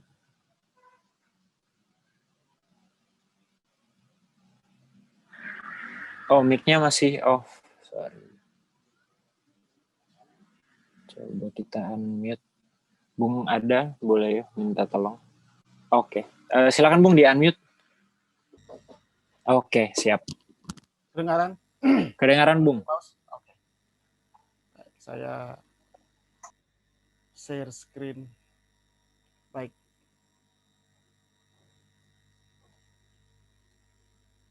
Ya, selamat sore teman-teman. Gitu ya. Tadi dua presentasi di awal itu cukup menarik gitu ya. Bahkan buat saya, malah saya pikir ini presentasi saya ini jadi kesimpulan gitu ya. Semacam kesimpulan kecil gitu ya. Tidak semua hal itu bisa saya simpulkan, tetapi saya malah melihat semacam kesimpulan kecil yang pada akhirnya bermuara pada pertanyaan adalah bagaimana sebenarnya filsafat itu harus bertindak, gitu ya. Saya setuju, gitu ya. Saya menggarisbawahi bagian terakhir dari paparan Bung Rangga tadi, gitu ya, bahwa filsafat tidak berhenti pada wacana saja, tetapi filsafat harus diterjemahkan dalam tindakan. Kalau banyak filsuf mengatakan bahwa filsafat itu sebagai salah satu way of life, ya sekarang adalah saatnya, gitu ya, untuk bagaimana menghidupkan, ya, kemudian menerjemahkan, memanifestasikan filsafat sebagai sebuah tindakan. Gitu. Baik, teman-teman, ada dua hal yang menjadi latar belakang dari presentasi saya. Yang pertama itu adalah perseteruan antara kaum pesimistik dan juga yang optimis, gitu ya. Ketika kita masuk dalam situasi atau krisis pandemi, gitu ya, rasa ataupun juga gejolak itu bermunculan. Ya, dua gejolak utama yang muncul itu adalah lahirnya orang-orang yang pesimis, gitu ya. Sebenarnya dunia, ya, saat pandemi ini mau dibawa kemana, gitu ya. Nasib manusia setelah pandemi ini mau dibawa kemana? Nasib alam, ya, nasib ekologi setelah pandemi ini mau dibawa kemana? Itu yang pertama. Lalu kemudian yang kedua itu adalah kaum optimis, ya. Orang-orang yang optimistik dengan peradaban setelah pandemi ini, gitu ya. Apa yang membuat, pertanyaan yang kemudian muncul adalah apa yang kemudian membuat orang-orang itu menjadi optimis, gitu ya, setelah pandemi. Gitu. Istilah yang kemudian muncul, teman-teman, ya, ini saya kemudian merangkum, ya, apa sih yang muncul selama pandemi, ya, istilah-istilah yang saya kira cukup familiar, gitu ya, dengan selama masa pandemi, gitu ya. Yang pertama adalah isolasi mandiri, lalu kemudian Punten, Bung Will, sorry, presentasinya mungkin boleh di full screen biar kita enak nyatetnya. Siap. Terima kasih, Bung. Istilah-istilah yang kemudian muncul, gitu ya, selama masa pandemi itu adalah isolasi mandiri, lalu kemudian protokol kesehatan 3M, lalu ada work from home, lalu the new normal, gitu ya. Nah, istilah-istilah ini, teman-teman, ya, sebenarnya membawa kita pada 3 kebutuhan mendasar, gitu ya. Kalau sebelum-sebelumnya kita hanya mengenal ada sandang, pangan, dan papan, gitu ya, mungkin ada satu kebutuhan yang mendasar, apalagi ketika masuk, ya, di era disrupsi, gitu ya, revolusi industri, gitu ya. Bahkan kita semua sadar benar bahwa revolusi industri itu kan hampir muncul bersamaan atau bahkan digembar-gemborkan, ya, dibesar-besarkan itu hampir bersamaan dengan pandemi itu muncul, gitu ya. Nah, apa saja yang menjadi 3 kebutuhan yang kemudian kita sebut sebagai kebutuhan yang baru sekarang? Yang pertama itu adalah soal asupan gizi, gitu ya, yang berhubungan dengan kesehatan. Gitu. Semua orang sekarang merasa bahwa kesehatan itu menjadi sangat penting. Gitu ya. Kalau kita bicara kesehatan itu sangat berkaitan langsung dengan tubuh. Gitu. Bagaimana saya bisa menyelamatkan tubuh? Bagaimana saya hari ini memastikan bahwa diri saya itu sehat? Bahwa diri saya itu tidak terpapar COVID-19? Ya. Kalau diri saya terpapar, bagaimana lingkungan sosial saya? Gitu ya. Awal-awalnya kita tahu orang-orang terpapar COVID-19 itu gejalanya jelas, gitu ya, pasti, ya, boleh dibilang pasti, kurang lebih seperti itu. Tetapi makin ke sini, ya, kita nggak pernah tahu bahwa siapapun yang ada di sekitar saya, di sekitar kita, itu semuanya terpapar. Begitu. Dan disitulah saya melihat bahwa kesehatan dalam hal ini adalah tubuh itu menjadi sangat penting. Itu yang pertama. Yang kedua adalah soal makanan, ya, gizi, gitu ya. Yang kedua adalah soal makanan atau gizi. Nah, ini juga penting, teman-teman, ya. Ketika kita bicara tentang tubuh, ya, hal yang bisa memastikan bahwa tubuh kita itu tetap aman, tetap selamat, itu adalah makanan atau asupan gizi yang masuk ke dalam tubuh kita. Dan yang ketiga, ya, ini yang kemudian buat saya menyebutnya dengan jiwa itu bisa tetap hidup, gitu ya. Jadi yang ketiga ini bukan lagi bicara ke tubuh, tetapi membuat jiwa kita itu tetap hidup, yaitu soal informasi, soal data. Tadi sudah banyak diceritakan panjang lebar oleh Mas Eko, lalu kemudian oleh Mas Rangga, gitu ya, tentang bagaimana jiwa itu tetap hidup walaupun dalam posisi ini, walaupun kita berada dalam kondisi isolasi mandiri, walaupun kita dipaksa untuk tetap berada dalam protokol kesehatan, kita tetap melakukan WFH, gitu ya. Tetapi bagaimana dalam 3 situasi itu jiwa itu harus tetap hidup. apa yang kemudian menghidupkan jiwa? Yang menghidupkan jiwa adalah informasi, yang menghidupkan jiwa adalah data. Gitu ya. Kalau sebelum-sebelumnya orang mengatakan bahwa wah saya merasa kemana-mana nggak nyaman kalau nggak bawa handphone gitu ya. Saya kemana-mana nggak nyaman kalau nggak punya pulsa. Ya sekarang kita benar-benar merasakan ya bahwa informasi, data, pulsa, paket data, kuota ataupun apa namanya itu menjadi kebutuhan, bahkan kebutuhan primer, melebihi kesehatan kita, melebihi makanan atau asupan gizi yang masuk ke dalam tubuh kita. Dari 3 hal ini, ya teman-teman, ya istilah yang kemudian dimunculkan pada saat pandemi ini adalah the new normal. Ya, ini bukan istilah baru sebenarnya ya. Kalau saya mencoba membaca beberapa literatur ya, sebenarnya istilah ini sudah dicetuskan oleh Muhammad L. Erian gitu ya, kurang lebih ketika krisis 98 97 sampai ya 97 98 lah, krisis ekonomi. Dan ya the new normal yang dimaksudkan di situ adalah soal ekonomi gitu. Ya, dan ketika pandemi ini merebak ya menjadi krisis ya. Nah, istilah ini muncul lagi. Lalu isu atau wacana apa yang muncul? Kembali lagi soal ekonomi gitu. Pertanyaannya gitu ya, tubuh lalu ada di mana? Kalau kita bicara tentang pandemi yang ada hubungannya dengan virus, yang ada hubungan dengan jasad renik, lalu tubuh itu di mana gitu. Ya. Lalu tubuh itu harus dihidupkan dengan apa? Apakah hanya sekedar informasi? Apakah hanya sekedar data itu bisa menghidupkan tubuh? Saya kira tidak juga. The new normal itu kemudian istilahnya itu menjerumuskan kita dalam wacana bahwa the new normal yang dimaksudkan itu adalah ekonomi. Betul. Ya. Kita tidak bisa memungkiri itu. Gitu ya. Selama situasi pandemi banyak sekali orang yang teriak tentang miskin, bahwa kami di PHK, bahwa kemudian soal gaji, soal pendapatan, gitu ya. Nah ini yang kemudian membawa saya pada pertanyaan ini, teman-teman.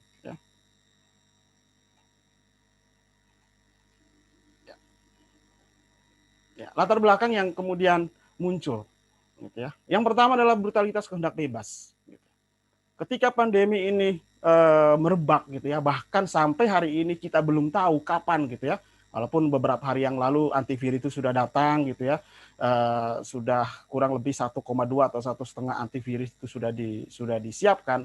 Saya kira bahwa ini ya gejolak ini tidak akan pernah selesai, teman-teman ya. Brutalitas soal kehendak bebas ya. Maka tadi yang pertama saya mengatakan bahwa ada 2 perseteruan gitu ya, kaum optimistik, lalu kemudian yang kedua itu adalah kaum pesimistik. Nah, sekarang ketika kita bicara soal kehendak bebas, ya ada 2 fenomena yang juga yang kemudian muncul, yaitu soal kepatuhan dan ketakutan. Bicara tentang kehendak bebas itu sangat dekat soal bagaimana saya harus patuh gitu ya, mengikuti ya suara hati saya, dan yang kedua adalah bagaimana saya harus patuh karena takut. Gitu ya. Itu 2 hal yang berbeda ya. Patuh karena kebutuhan, patuh karena hati nurani, lalu kemudian patuh karena takut, itu adalah 2 hal yang berbeda. Lalu yang kedua adalah soal ini, desakralisasi akibat dominasi sains dan rasionalitas. Gitu ya. Kita tidak bisa memungkiri gitu ya. Beberapa bulan ini kita berada dalam situasi pandemi, tetapi ini ya wacana yang kemudian diangkat ya ke permukaan oleh media sosial ya, oleh teknologi itu ini ya, soal dominasi sains dan rasionalitas. Lalu orang kemudian ya tadi saya kembali lagi dengan pernyataan saya tadi, orang kemudian seolah-olah melupakan gitu ya, tubuh ya menjadi tidak ada gunanya gitu ya. Kapitalisme global gitu yang kemudian memunculkan istilah paradigma teknokratis itu tadi sudah dijelaskan panjang lebar. Saya tidak akan mengulang banyak hal soal ini gitu ya, karena ya Mas Eko, Mas Rangga sudah cerita panjang lebar gitu. Ya, kapitalisme global itu kemudian ya jadi wacana baru gitu. Orang ya kita kemudian mikir lagi gitu ya, sebenarnya ini pandemi gitu ya, atau isu lama soal ini kapitalisme global ya, yang didominasi ya sekarang ya dominasinya jelas gitu ya, teknokratis gitu. Ya, paradigma teknokratis ini yang mendominasi sehingga virus sekalipun itu dianggap sebagai produk dari teknologi, produk dari rasionalitas, produk dari sains. Dan kita ya banyak wacana soal itu gitu ya, banyak ya antropolog ya, ilmuwan ya, mereka yang ahli secara kesehatan juga bicara tentang itu gitu ya. Lalu yang berikut adalah teknologi menjadi gerbang baru ke wilayah the new normal. Tadi saya sempat menyinggung bahwa sebelum pandemi ini ya, itu muncul atau sempat ramai ya wacana yang ya tadi sudah diceritakan oleh Mas Eko di awal ya, soal revolusi industri 4.0 ya. banyak orang teriak marah-marah gimana kerjaan gitu ya, lalu kemudian nanti di BHK, nanti apa namanya tenaga fisik tubuh itu kemudian digantikan oleh mesin gitu ya. Ketika pandemi itu muncul, siapa yang mau teriak, siapa yang mau protes? Artinya apa? Pandemi itu hanya sebagai gerbang saja untuk masuk kepada the new normal. The new normal apa ya? Personalisasi cyber. Orang dipaksa untuk terima bahwa Anda harus kerja di rumah. WFH itu ya Anda kerja di depan komputer. Anda kerja berbasis data, Anda kerja berbasis informasi. Kalau nggak ada kuota, kalau nggak ada pulsa, kalau nggak ada jaringan, Anda nggak bisa kerja. Selesai persoalannya. Dan kalau kita bicara pendapatan, ya pendapatan dari situ. Makanya tidak heran, teman-teman. Ya, online shop ketika masa pandemi, online shop itu bermunculan. Gitu ya. Mau yang terdaftar atau mau yang tidak bermunculan. Ramai di mana-mana. Orang kemudian bikin masakan di rumah, di foto, lalu kemudian tinggal dikirim. Ya, ini fakta. Gitu kan. Berikut. Ya. Nah, lalu saya kemudian fokus pada ini, teman-teman. Ya, fokusnya adalah fakta bahwa krisis pandemi ini membuat panik, tidak siap untuk mengatasi ya.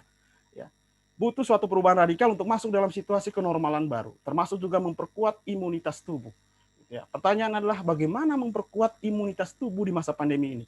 Ya, secara khusus dalam ranah sosial dan menghayati kemanusiaan secara baru. Ini saya mencoba mengutip gitu ya, Merleau-Ponty, kemudian Heger, mereka bicara tentang ya bagaimana memperlakukan tubuh sebagai subjek ya, sebagai subjek, bahkan ada juga yang menyebutnya sebagai objek, tubuh sebagai entitas yang terlempar ke dalam dunia. Ya semuanya sekarang diredefinisi kembali gitu, dihayati kembali secara baru. Bagaimana saya menghayati tubuh saya yang rentan ini? Gitu. Yang ya tadi sudah saya singgung juga ya, kita nggak pernah tahu gitu loh. Saya ngomong, saya keluar rumah gitu, saya nggak pernah tahu virus itu ada di mana, virus itu melayang dan kemudian tiba-tiba menempel ke saya ketika walaupun saya sehat ataupun walaupun kondisi saya tidak fit, itu kan sangat mudah. Dan pada titik ini saya menyebutnya ini, ya teman-teman, ada gejala yang namanya desakralisasi tubuh. Tubuh menjadi tidak ada artinya. Tubuh menjadi, ya kalau dulu Plato, lalu kemudian Agustinus, lalu kemudian Thomas Aquinas sekalipun mereka bicara tentang tubuh sebagai entitas yang sakral. Saya dalam konteks ini ya, dalam situasi pandemi menyebut bahwa ya tubuh kita sedang berada dalam situasi yang ya desakralisasi gitu. Ya tubuh menjadi sangat tidak sakral, tidak ada artinya. Lalu kemudian di sisi lain ada dorongan untuk membangun solidaritas global, ruang publik berubah menjadi aktivitas bertindak. Nah, dari sini kemudian ya pertanyaan yang kemudian muncul, apa yang perlu kita lakukan? Ya. Bagaimana filsafat dalam titik ini ya dihayati secara baru? Gitu ya. Apakah filsafat hanya sebatas wacana? Gitu ya. Apakah filsafat hanya sebatas melahirkan? Gitu ya, hanya melahirkan konsep-konsep besar, hanya melahirkan pemikiran-pemikiran besar, saya kira tidak berhenti di situ. Filsafat harus berubah menjadi sebuah tindakan. Dan itulah saya menyebutnya sebagai sebuah solidaritas global ya. Mungkin istilah solidaritas global atau kolaborasi itu istilah yang sangat umum. Ya, istilah yang lebih khusus itu saya menyebutnya dengan komunio. Bagaimana membangun komunio dalam situasi pandemi ini. Yang pertama adalah imunitas tubuh sosial. Ya, kita harus bicara tentang bagaimana soal kepatuhan. Ya, patuh dan sadar bahwa tubuh kita itu rentan. Ya, rentan terhadap virus yang kita sendiri tidak bisa meminimalisir itu. Kita sendiri tidak bisa mengontrol itu sampai titik ini. Lalu yang kedua adalah bertanggung jawab untuk memastikan bahwa kita dilayani dan bukannya diperbudak oleh teknologi sebagai hewan audiovisual atau sebagai manusia yang turun level. Gitu ya.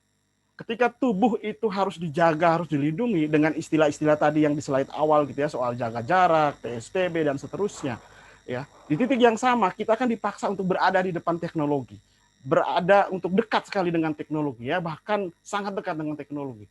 Tetapi harus memastikan bahwa diri kita tidak diperbudak, diri kita tidak dilayani oleh teknologi, atau diri kita tidak melayani. Ya, bukan dilayani, diri kita bukan melayani teknologi. Karena kalau diri kita melayani teknologi, yang terjadi adalah ya posisi kita hanya seperti kata Harari gitu ya, hanya sebagai hewan audiovisual atau bahkan menjadi manusia yang turun level atau downgrade. Apa yang perlu dimunculkan? Ini saya mengutip sedikit dari Bung Budi Hardiman ya. Dia punya istilah yang sangat bagus ya. Solidaritas apa ya? Solidaritas global lokal apa yang bisa diwujudkan, atau yang kemudian tadi istilah saya adalah komunio gitu ya. Tindakan komunio apa yang bisa diwujudkan? Filsafat harus diterjemahkan ke dalam kata kerja. Ya. filsafat yang kata banyak filsuf atau banyak orang mengatakan sebagai way of life gitu ya, itu harus diterjemahkan di dalam tindakan. Gitu ya. Saya ingat ya teman-teman ya, karena kebetulan kita di Unpar juga melakukan riset kecil gitu ya soal ini ya, soal solidaritas lokal, solidaritas global apa yang kemudian dibangun selama masa pandemi ini gitu ya. Ada satu hal yang menarik gitu ya, bahwa ketika pandemi itu muncul, orang itu kemudian tergerak gitu ya. Orang yang selama ini ya, masing-masing pribadi yang selama ini gitu ya, yang bukan karena virus sekalipun, itu bisa mementingkan dirinya sendiri, bisa mementingkan egonya, itu kemudian tergerak untuk keluar, gitu, untuk melihat kiri kanan gitu, tetangga saya ini udah makan atau belum, tetangga saya ini di sebelah saya ini satu keluarga ini kena atau terpapar virus gitu, bagaimana cara mereka harus bisa bertahan hidup? Apakah mau saya cuekin? Saya nggak peduli gitu ya, saya nggak ambil pusing gitu ya.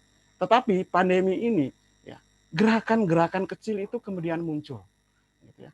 Nah, di Bandung gitu ya, ada satu RW ya di Cimahi gitu ya, itu melakukan sebuah gerakan yang saya kira sangat menarik gitu ya. Namanya itu Sasaji gitu ya. Namanya itu adalah Sasaji ya. 1001 jiwa gitu ya. Jadi di satu RW itu kemudian melakukan gerakan di mana masing-masing keluarga itu mengumpulkan 1000 aja. Ya, tujuannya untuk apa? Yang selama ini nggak pernah loh. Yang selama ini nggak pernah dilakukan, ini nggak pernah, bahkan mungkin nggak pernah dipikirkan gitu. Tetapi karena pandemi gitu ya, karena corona, orang kemudian berpikir untuk ya saya ini kemudian ada semacam spirit baru gitu ya. Spirit yang saya kira dalam agama-agama juga mengembangkan itu. Bahwa orang itu memberi bukan karena kelebihan tetapi juga karena kekurangan gitu. Dan dalam pandemi ini kemudian orang dipaksa untuk itu. Ya, bahwa Anda memiliki kekurangan, tetapi Anda juga tidak bisa menutup mata untuk kekurangan-kekurangan lain yang ada di sekitar Anda. Ya, dan gerakan 1001 jiwa itu ya berjalan dengan baik, dikoordinasi dengan baik, kemudian ya kehidupan sosial, kehidupan lokal di situ kemudian bisa terbangun dengan baik walaupun dalam situasi pandemi. Lalu yang berikut adalah perlu rencana global untuk memerangi epidemi ini. Ada informasi, ada koordinasi, lalu kemudian ada bantuan logistik, kemudian ada kesepakatan global dan juga aksi global. Kesaling tergantungan membangun solidaritas kolektif, kolaborasi, kepercayaan, dan saling membutuhkan melalui interaksi menjadi sebuah tindakan repetisi sosial yang hidup dan dihayati. Ini saya mengutip dari Rorty ya. Bertindak itu atas nama kita. Ya, jadi filsafat itu harus diterjemahkan dalam kata kerja tadi ya, bertindak atas nama kita. Makanya saya kemarin ketika mendengarkan paparan dari Bung Martin ya, itu menarik sekali gitu ya. Buat saya itu ya filsafat itu ke depan tuh harus seperti itu. Ya tidak hanya berhenti dengan wacana, tidak hanya berhenti dengan kolaborasi secara konseptual, tetapi kita juga harus bisa diwujudkan dalam bentuk tindakan. Ya, refleksi dan aksi yang bisa dilakukan. Yang pertama adalah kesadaran akan nilai hidup yang lebih tinggi, lalu kemudian kerendahan hati yang termanifestasi dalam tindakan solidaritas dan kerjasama global. Ya, akarnya adalah dari lokal ke global, lalu kemudian memandang dan memperlakukan orang lain sebagai subjek, ya dari segresi ya beralih ke kooperasi, lalu kemudian pandemi ini juga mendorong kita untuk selalu mengedepankan nilai universal, lalu ada rasionalitas teknis, itu harus bertransformasi ke rasionalitas etis, jadi bukan teknis saja, tetapi juga ada nilai etis demi bonum comune atau demi kesejahteraan bersama. Ada 2 slide terakhir, ini kutipan dari makalah saya. Kita semua berharap kondisi krisis akibat pandemi ini memiliki konsekuensi positif, bukan sebaliknya melegitimasi penderitaan. Kondisi saat ini menjadi waktu yang tepat untuk mengukur seberapa besar kualitas penghargaan kita terhadap tubuh dan kesiapan kita memasuki era revolusi digital. Sekarang bukan saatnya kita merasa malu atau menganggapnya sebagai aib. Satu-satunya alasan untuk merasa malu hanyalah jika kita meremehkan virus ini sambil melindungi diri kita sendiri dan mencari berbagai macam alibi ideologis yang sebenarnya hanya menunjukkan ketidaksiapan kita sebagai manusia. Terima kasih. Kembali ke Bung Faust. Oke Bung Wel, terima kasih banyak. Menarik banget presentasinya Bung. Aku sebenarnya sambil nunggu ada rekan-rekan lain yang mungkin ingin mengajukan pertanyaan, aku mau nanya gitu Bung, supaya presentasinya Bung ini tidak diinterpretasi terlalu romantis gitu ya Bung ya. Menurutku kan sebenarnya tadi kan Bung ngomongin soal kemanusiaan, kesadaran, revisiting lagi apa itu manusia gitu-gitu kan Bung. Nah, gimana caranya supaya kita justru nggak terjebak dalam takutnya nanti kita kayak oh ya udah setelah presentasinya Bung hanya disimpulkan dalam sesempit, oh ya udah berarti kita harus memandang manusia lebih baik lagi untuk bond komunnya tadi. Nah, padahal kan sebenarnya ada gitu Bung, hambatan-hambatan atau justru tantangan-tantangan yang dihasilkan dari kemajuan teknologi atau bahkan ya pandemik ini salah satunya Bung. Ya. Begitu. Gimana Bung? Ya. Silakan. Baik. Terima kasih Bung Mas. Pertanyaannya menarik gitu ya. Ini yang kemudian saya ingin bicara dari apa yang terjadi lah gitu ya. Apa yang terjadi. Ya. Seminggu 2 minggu ini kan Kota Bandung itu kan kembali zona merah gitu ya. Kembali zona merah. Lalu muncul kebijakan untuk PSBB gitu ya. Beberapa jalan ditutup gitu ya. Lalu kemudian pusat-pusat keramaian itu dibatasi gitu ya. Operasionalnya secara ekonomi itu dibatasi. Nah, fenomena yang muncul ya, yang kemudian menarik saya untuk berpikir ulang gitu ya, yaitu soal kepatuhan dan ketakutan. Gitu ya. Patuh dan takut gitu. Ya kalau tadi Bung Klaus bertanya tentang bagaimana sih menghubungkan soal tubuh ya, bagaimana soal teknologi, lalu kemudian juga dengan pandemi ini gitu ya. Saya kira kita dalam posisi itu gitu ya, kita dalam posisi itu sebenarnya berada dalam 2 pilihan tadi gitu ya. Mau patuh atau mau takut gitu. Ya teknologi juga di satu sisi bisa saja membuat kita ketakutan gitu. Ya tadi saya sudah kasih contoh gitu ya. Takut kehilangan pekerjaan itu kan jelas ketakutan gitu ya. Takut tidak punya penghasilan gitu ya. Apalagi ya takut tidak bisa mengontrol diri terhadap teknologi, itu ketakutan. Tetapi di sisi lain juga kita dipaksa untuk patuh ya, tubuh itu dipaksa untuk. Jadi kalau kita bicara dari sisi tubuh itu dipaksa untuk patuh dalam situasi ini gitu. Tetapi yang terjadi di luar sana kan enggak ya. Ya di sini kita bisa bicara panjang lebar gitu ya, soal kepatuhan dan ketakutan, soal tubuh, soal kolaborasi global, soal kerjasama solidaritas global. Kita bisa bicara ya dengan sangat romantis gitu ya, dengan sangat bagus gitu ya. Tetapi di luar sana yang terjadi ya ketika PSBB orang kemudian pindah gitu. Oh, jalan itu ditutup ya saya pindahlah, kumpul di sebelah sana gitu kan. Ketika toko ataupun juga mall dibatasi secara jam operasional gitu ya, sudah saya bisa jualan pakai online gitu. Jadi tidak ada yang pada akhirnya saya kemudian menemukan bahwa ya kalau kita bicara tubuh, lalu kemudian juga solidaritas, kemudian juga kepatuhan, bahkan ketakutan, itu menjadi ya semacam jejaring yang ya tidak jelas gitu. Begitu, Thomas.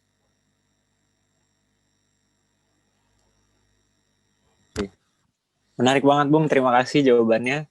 Kebetulan kita sebenarnya tetangga nih Bung, kayaknya mungkin nanti sore selepas sesi ini kita bisa duduk-duduk ngopi di. Ngopi lah.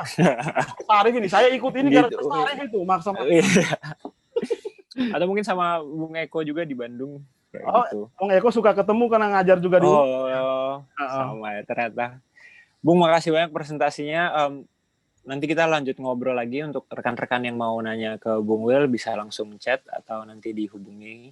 Sekarang kita ada sesi yang nggak kalah menarik lagi, yaitu sesi presentasi komunitas dari Bung Rahmat. Bung Rahmat dari LSF Sofia. Silakan Bung Rahmat, waktu dan tempat dipersilahkan. Coba. Cek. Assalamualaikum warahmatullahi wabarakatuh. Warahmatullahi wabarakatuh. Yes, waalaikumsalam warahmatullahi wabarakatuh. Selamat siang ya kalau waktu Indonesia Barat ya. Masih pagi sih Mas semuanya kayaknya. Masih semangat kita.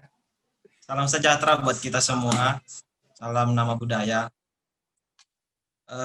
Sebelumnya saya merasa berterima kasih dan juga sebuah kehormatan besar bagi saya pribadi dan juga kami sebagai Lingkar Studi Filsafat Sofia sudah teman-teman dari Filofest ID, para penyelenggara itu sudah mau mengajak kami untuk turut berpartisipasi di Festival Filsafat ini yang perdana lah barangkali.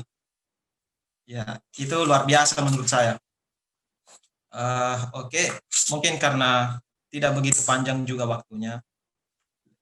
Jadi saya bawakan saja mengenai profil atau hal-hal mengenai lingkar studi filsafat Sophia yang insya Allah itu akan kita jalani dalam 10 menit ke depan.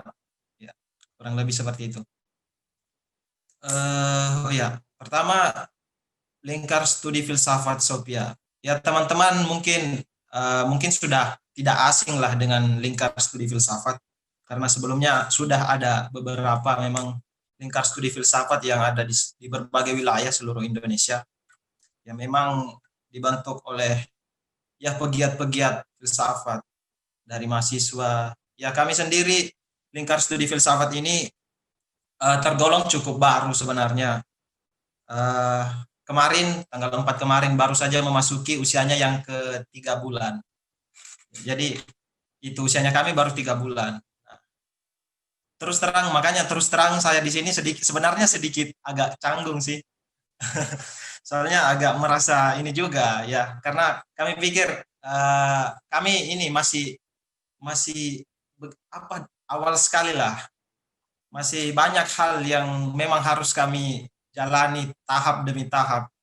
Ya namanya juga kami sebagai komunitas LSF baru ya, masih perlu banyak belajar. Jadi minta sharing-sharing lah juga dari teman-teman LSF lain, komunitas pegiat filsafat.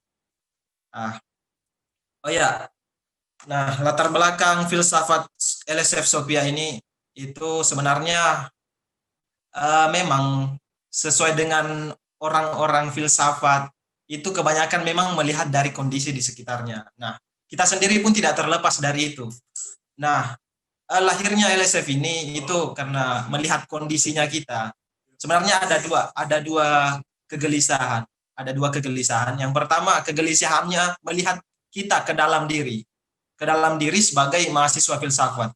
Karena pendirinya LSF Sophia ini sendiri kan itu memang didirikan dari mahasiswa filsafat dari Institut Agama Islam Negeri IAIN Palu, Datuk Karama.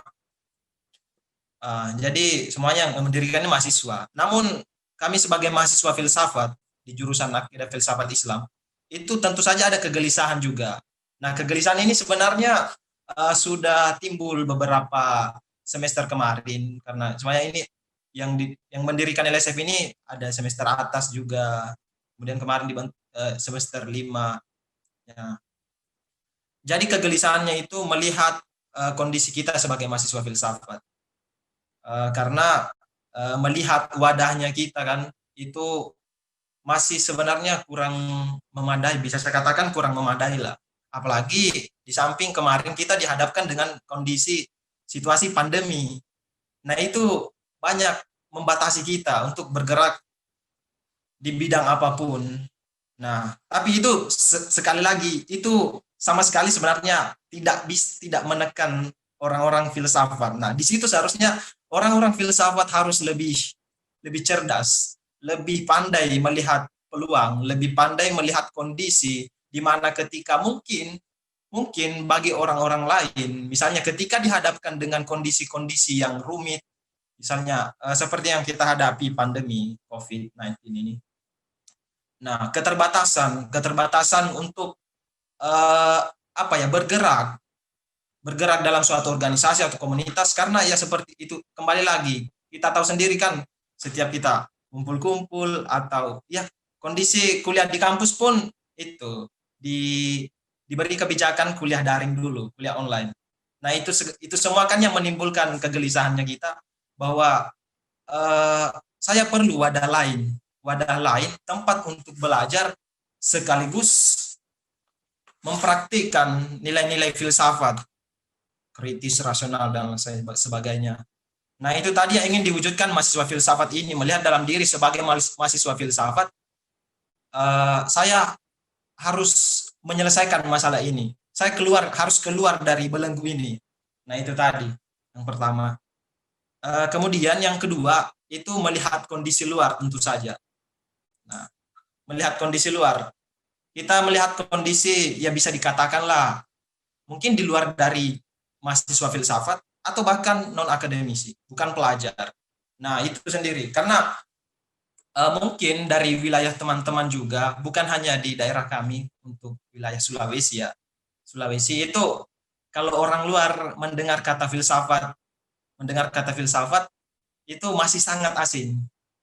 Masih sangat asing, bahkan banyak pendapat kalau di SMA ya, itu biasanya mereka langsung menilai, oh filsafat itu identik dengan kafir barangkali, ateis dan lain sebagainya. Ya, saya pikir itu tidak begitu beda jauh mungkin dengan teman-teman yang ada di wilayah Indonesia Barat. Nah, itu tadi. Jadi, makanya itu yang mendorong kami mewujudkan suatu cita-cita LSF ini tadi, yaitu sebenarnya satu, membumikan filsafat. Nah, itu. Jadi, kami mencoba untuk mengemas filsafat dalam suatu narasi yang lebih praktis. Jadi mampu diterima di masyarakat luas. Jadi bukan hanya di akademisi. Karena begini kan, kembali lagi, filsafat itu kan biasanya kalau mahasiswa, bahkan mahasiswa sendiri ya, itu banyak bahasa-bahasanya. Kalau misalnya dosen menjelaskan atau pemateri seminar menjelaskan mengenai filsafat, nah, itu mungkin kebanyakan menilai bahasanya cukup rumit lah. Bahasanya cukup rumit, jadi sulit untuk dicerna. Nah, itulah yang insya Allah ke depan nanti kita akan coba hadapi. Memberikan solusi, kami kemas dalam lebih praktis mungkin lah. Filsafat praktis diterapkan ke masyarakat. Jadi bukan hanya pelajar saja, bukan cuma mahasiswa, bukan hanya SMA, namun untuk akademisi sendiri. Nah, supaya itu tadi lebih melatih nalaknya mereka dan lain sebagainya, dan juga melihat sudut pandang filsafat bukan hanya sekedar produk berpikir, tapi metode berpikir. Nah, itu tadi. Karena orang melihat cenderung produknya. Ini melihat Nietzsche, itu kan produknya semua itu. Namun kita mencoba melihat memberikan seseorang sudut pandang melihat filsafat sebagai metode berpikir. Nah, itu tadi. Yang dimana memang filsafat ini mampu menjawab segala hal sebagai, ya kalau saya katakan filsafat sebagai worldview, pandangan dunia. Itu yang biasa dikatakan dengan saya. Si Bung Rahmat, aku mau tanya Bung, ini kan sebenarnya LSF Sofia ini hitungannya baru. Berarti kan, nah di rekan, maksudnya di daerah Indonesia Timur sana gimana sih sebenarnya mempertahankan semangat itu gitu? Oh iya. Apakah setiap hari mengulang-ulang dalam hati kayak, cita-cita kami untuk membuka filsafat, atau sebenarnya ada dorongan lain gitu, supaya dapat apa gitu? Kenapa masih bertahan gitu? Oke. Oh iya. Oke, terima kasih. Tentu saja itu tadi, kalau kebanyakan dari individu kami ya, itu sebenarnya banyak teman-teman yang ada dorongan secara sendiri melihat kondisinya kan, melihat kondisi kampus. Karena kalau kampus sendiri ya, melihat kondisi teman-teman di kampus, banyak mahasiswa filsafat, namun masih justru bisa dikatakan masih kurang, dalam artian mungkin kurang wadah atau mungkin kurang cinta dengan filsafatnya, karena tidak sedikit ya teman-teman yang justru nggak tahu saya ini ada di jurusan mana, saya ini yang ada di jurusan mana. Jadi menurut saya pribadi juga, mengapa semangatnya kami, terkhusus teman-teman dari LSF Sofia, semangatnya teman-teman saya lihat itu memang kebanyakan karena kecintaannya dari filsafat. Karena terus terang kalau saya pribadi dan juga teman-teman, dan cerita dari teman-teman di sini ya, itu kebanyakan pandangan kita itu memang banyak perubahan setelah mengenal filsafat. Nah, terkhusus buat kembali lagi kepada saya pribadi, sebelum karena saya kan mengenalnya filsafat ketika saya di jenjang mahasiswa ini. Nah, itu di situ banyak sekali hal dari filsafat yang merubah saya. Nah, itulah yang membuat kecintaan saya pribadi dan juga teman-teman itu mendorong semangat untuk membawa filsafat lagi, bahwa filsafat ini sebenarnya sebuah bekal hidup sebenarnya sih. Nah, ya, itu terharu saya Mas dengar jawabannya ini sebenarnya. Berarti acara paling deket nih yang mau diadain sama LSF Sofia apa? Dan kira-kira gimana caranya kalau mau kolaborasi sama LSF Sofia, Bung? Oh iya iya, oke. Acara paling dekat, jawabannya Chef Kiss. Oke. Mengenai kegiatan, kalau kegiatan kemarin kami sudah ada beberapa kegiatan internal, diskusi umum juga, diskusi umum. Kemudian kami juga sudah mengadakan beberapa webinar kemarin, seminar. Dan juga ke depannya, karena kami itu fokusnya ada 3. Yang pertama literasi menulis, kemudian membaca. Nah itu kebetulan juga kami punya blog media itu lsfsofia.org. Jadi teman-teman follow. Iya, teman-teman semua bisa lah sering-sering mampir ke media kami. Di situ ada beberapa tulisan esai dari teman-teman mahasiswa filsafat atau bahkan di luar mahasiswa filsafat. Nah itu sudah ada mulai memasukkan tulisannya yang kemudian kami posting di media kami lsfsofia.org. Nah kemudian kami juga bukan hanya bergerak itu saja, di diskusi pun bukan hanya media tapi diskusi. Dan juga yang ketiga itu rencana sih. Memang sejauh ini belum, tapi rencana ke depannya kita kalau bisa turun langsung ke lapangan. Dalam artian menyentuh, langsung mempraktikkan filsafat secara ini lebih praktis lagi ke kalangan masyarakat. Jadi mungkin bisa ke desa-desa pelosok-pelosok. Karena sudah ada beberapa kegiatan kemarin, kita sudah cukup meninjau ke daerah-daerah yang memang mendorong kami untuk mempraktikkan filsafat, memperkenalkan filsafat itu kayak bagaimana, supaya orang-orang tidak asing lagi. Bahkan ketika pulang kampung pun biasa kalau mahasiswa ya, itu ditanya orang-orang di sekitar itu, kok jurusan apa? Kalau bilang jurusan filsafat, nah pertanyaannya kemudian, kalau jurusan filsafat biasanya jadi apa? Jadi ustadz ya. Nah itu kan sangat cukup miris sebenarnya kedengarannya. Nah itu tadi. Jadi kalau kedepannya misalnya kegiatan kami, betul kami mengharapkan kedepannya kegiatan kami lebih progres lagi. Tentu saja kami butuh bantuan dari teman-teman karena pengalaman-pengalaman yang teman-teman sudah alami bisalah sharing-sharing bersama kami untuk yaitu membumikan filsafat. Sama-sama kan visi tujuan kita kan sama. Jadi saling berbagi lah. Jadi saya harap ke depannya teman-teman bisa email kami. Kebetulan ada juga di media itu LSF Sofia. Bisa dikontak langsung juga.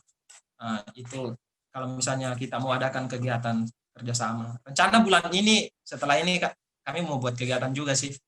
Nanti lihat situasi lagi. Ya, gitu.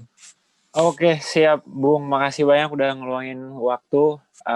Buat teman-teman yang mau kontak, tadi langsung buka lsfsofia.org atau nanti bisa langsung direct message ke Bung Rahmat lewat chat Zoom, tukar-tukaran nomor, sama-sama berbagi cinta untuk filsafat. Terharu ya Bung, saya jawabannya.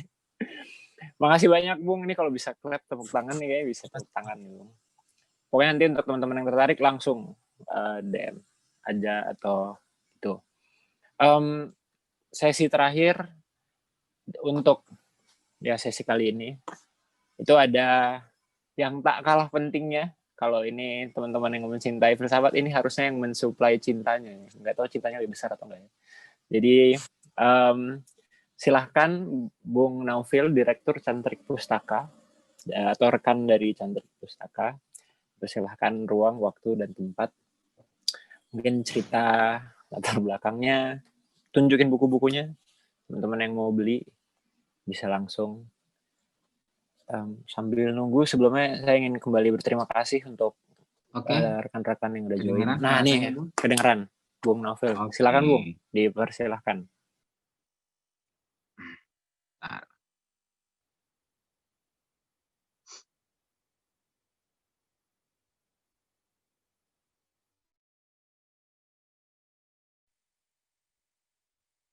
Oke Bung, di sini saya akan menampilkan satu slide ya dari presentasi yang akan saya sampaikan. Sebentar, semoga bisa.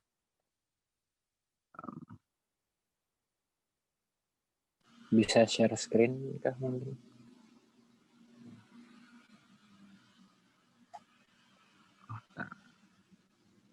Ternyata Coba sebentar. Bung, share screen-nya belum.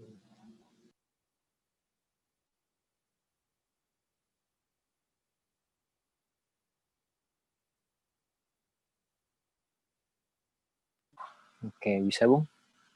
Hah? Bisa ya? Nggak muncul ya? Oh, sebentar. Belum muncul sih. Belum muncul, oke, karena waktunya singkat ya, saya presentasi secara verbal saja. Oke, di sini saya mewakili Cantrik Pustaka ingin memperkenalkan penerbit yang sebenarnya baru lahir tahun 2016 ya, tidak lama. Jadi baru 4 tahun berjalan, dan ada beberapa buku kami yang sudah terbit, terutama di bidang filsafat dan pemikiran kontemporer. Dan tetapi kami dari awal memang diniatkan untuk fokus pada penerbitan filsafat, terutama yang ditulis oleh penulis-penulis muda dan itu berasal dari dalam negeri sendiri. Jadi kami sebenarnya dari awal telah mengincar naskah-naskah yang ditulis oleh penulis muda potensial yang itu berasal dari dalam negeri. Kami tidak menerbitkan atau paling tidak sampai saat ini belum menerbitkan buku filsafat yang berupa terjemahan. Ada beberapa terjemahan dan itu bukan naskah murni filsafat gitu. Nah, itu didasari pada kegelisahan kami dan teman-teman sebenarnya terkait minimnya literatur filsafat yang seger yang ditulis oleh penulis-penulis muda, karena kita tahu literatur filsafat selama ini dipenuhi oleh naskah-naskah yang sudah lama dan juga ditulis oleh penulis-penulis yang sudah jadul begitu. Sehingga kami berinisiatif untuk mempromosikan penulis-penulis muda dengan pemikiran-pemikiran yang cukup berani, karena sejauh ini tantangan terbesar dalam pemikiran filsafat adalah ketidakpercayaan diri untuk mengungkapkan pemikiran dari penulis lokal itu sendiri, terutama ketika sudah dibayang-bayangi oleh raksasa-raksasa yang sudah besar namanya begitu. Nah, untungnya di awal kami tampil hadir itu naskah pertama yang kami terbitkan adalah Filsafat Negasi yang ditulis oleh Muhammad Al-Fayyad. Kemudian beberapa naskah akademik, misalnya untuk antropologi itu adalah disertasinya Hizkia Yosi Polimpung, kemudian ada untuk Sofi Ibnu Arabi, dan kemudian ada buku tentang Levinas yang ditulis oleh David Tobing. Itu semuanya adalah naskah-naskah akademik, jadi hasil dari tesis maupun disertasi. Nah, kesulitan kami di penerbit itu adalah mencari naskah yang benar-benar layak diterbitkan, sehingga kami itu proaktif ya mencari naskah, karena berbeda dengan terjemahan yang melimpah, naskah-naskah filsafat di luar sana yang sangat melimpah, di dalam negeri itu kesulitan kami itu adalah mencari naskah-naskah yang ditulis oleh penulis muda dan pemikirannya layak untuk diketahui banyak orang. Sayangnya sekalipun naskah akademik banyak di Indonesia, tidak banyak yang sesuai dengan ekspektasi kami. Kami memiliki ekspektasi tinggi dalam mempromosikan filsafat, terutama di dalam artian yang ketat, tidak hanya copy paste pemikiran filosofis lalu diterapkan ke satu fenomena tertentu. Kami menghindari itu karena kami benar-benar ingin mempromosikan satu pemikiran filosofis yang ketat.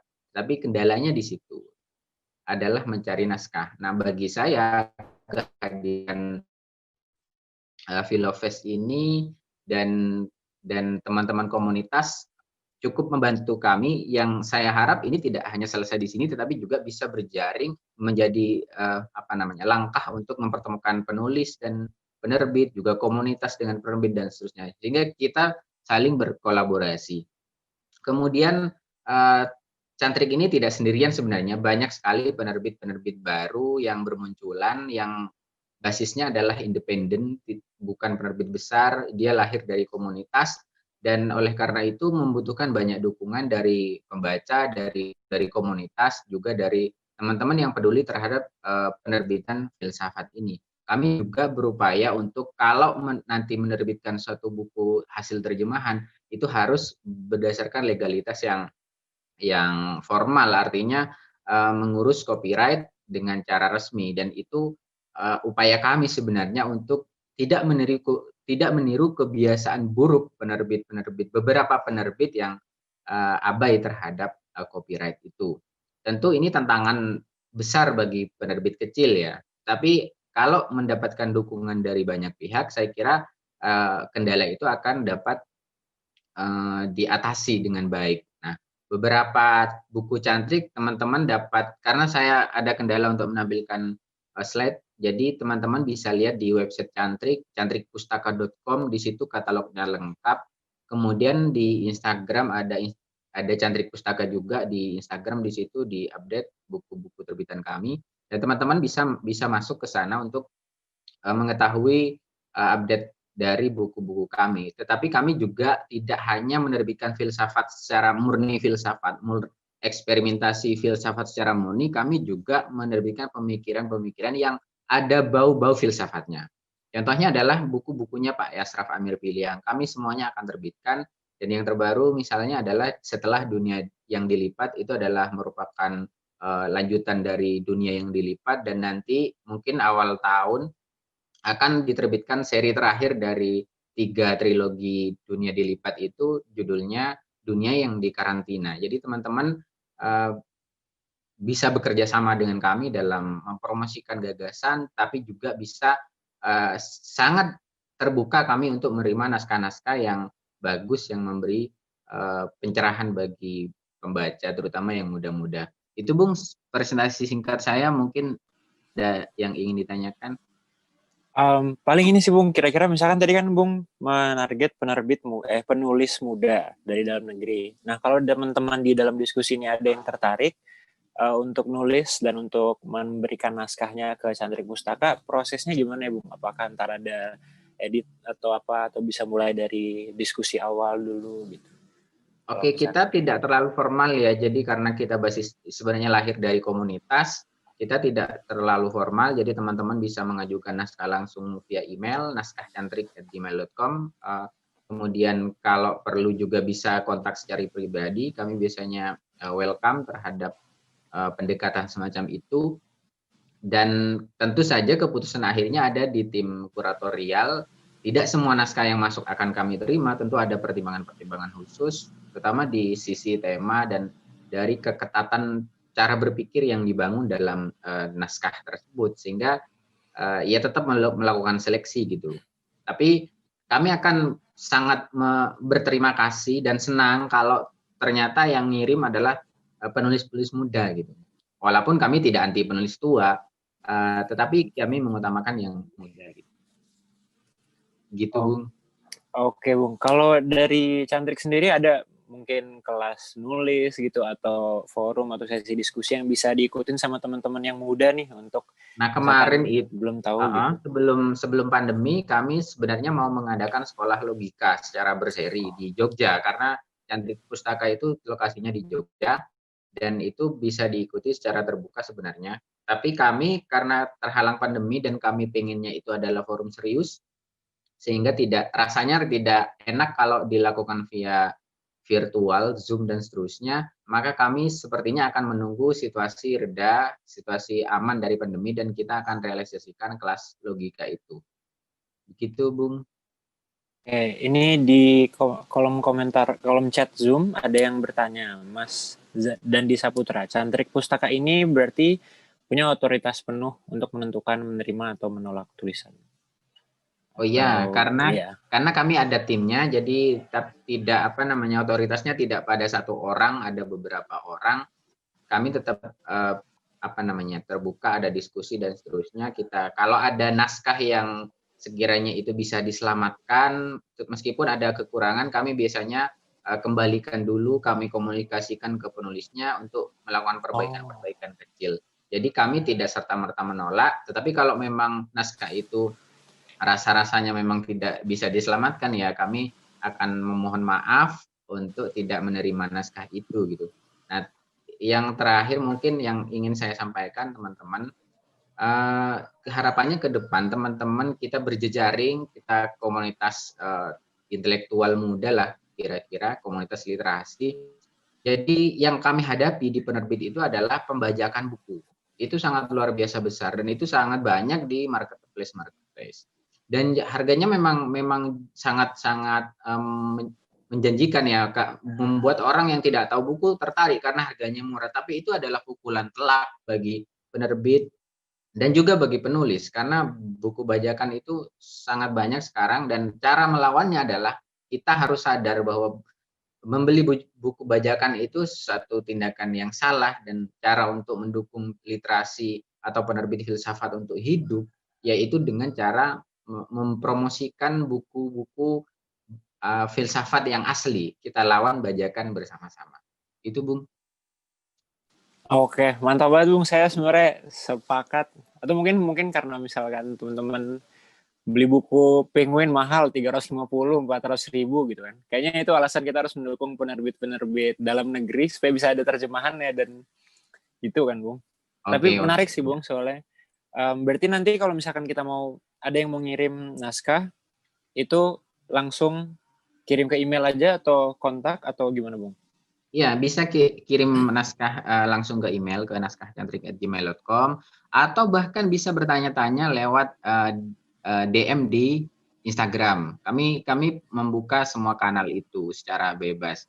Nah, bahkan dari saking sulitnya kami menerima naskah ya dari teman-teman di luar sana, kami bahkan menjalin kerjasama formal bahkan dengan misalnya Fakultas Filsafat UGM, menjalin naskah-naskah tugas akhir terutama.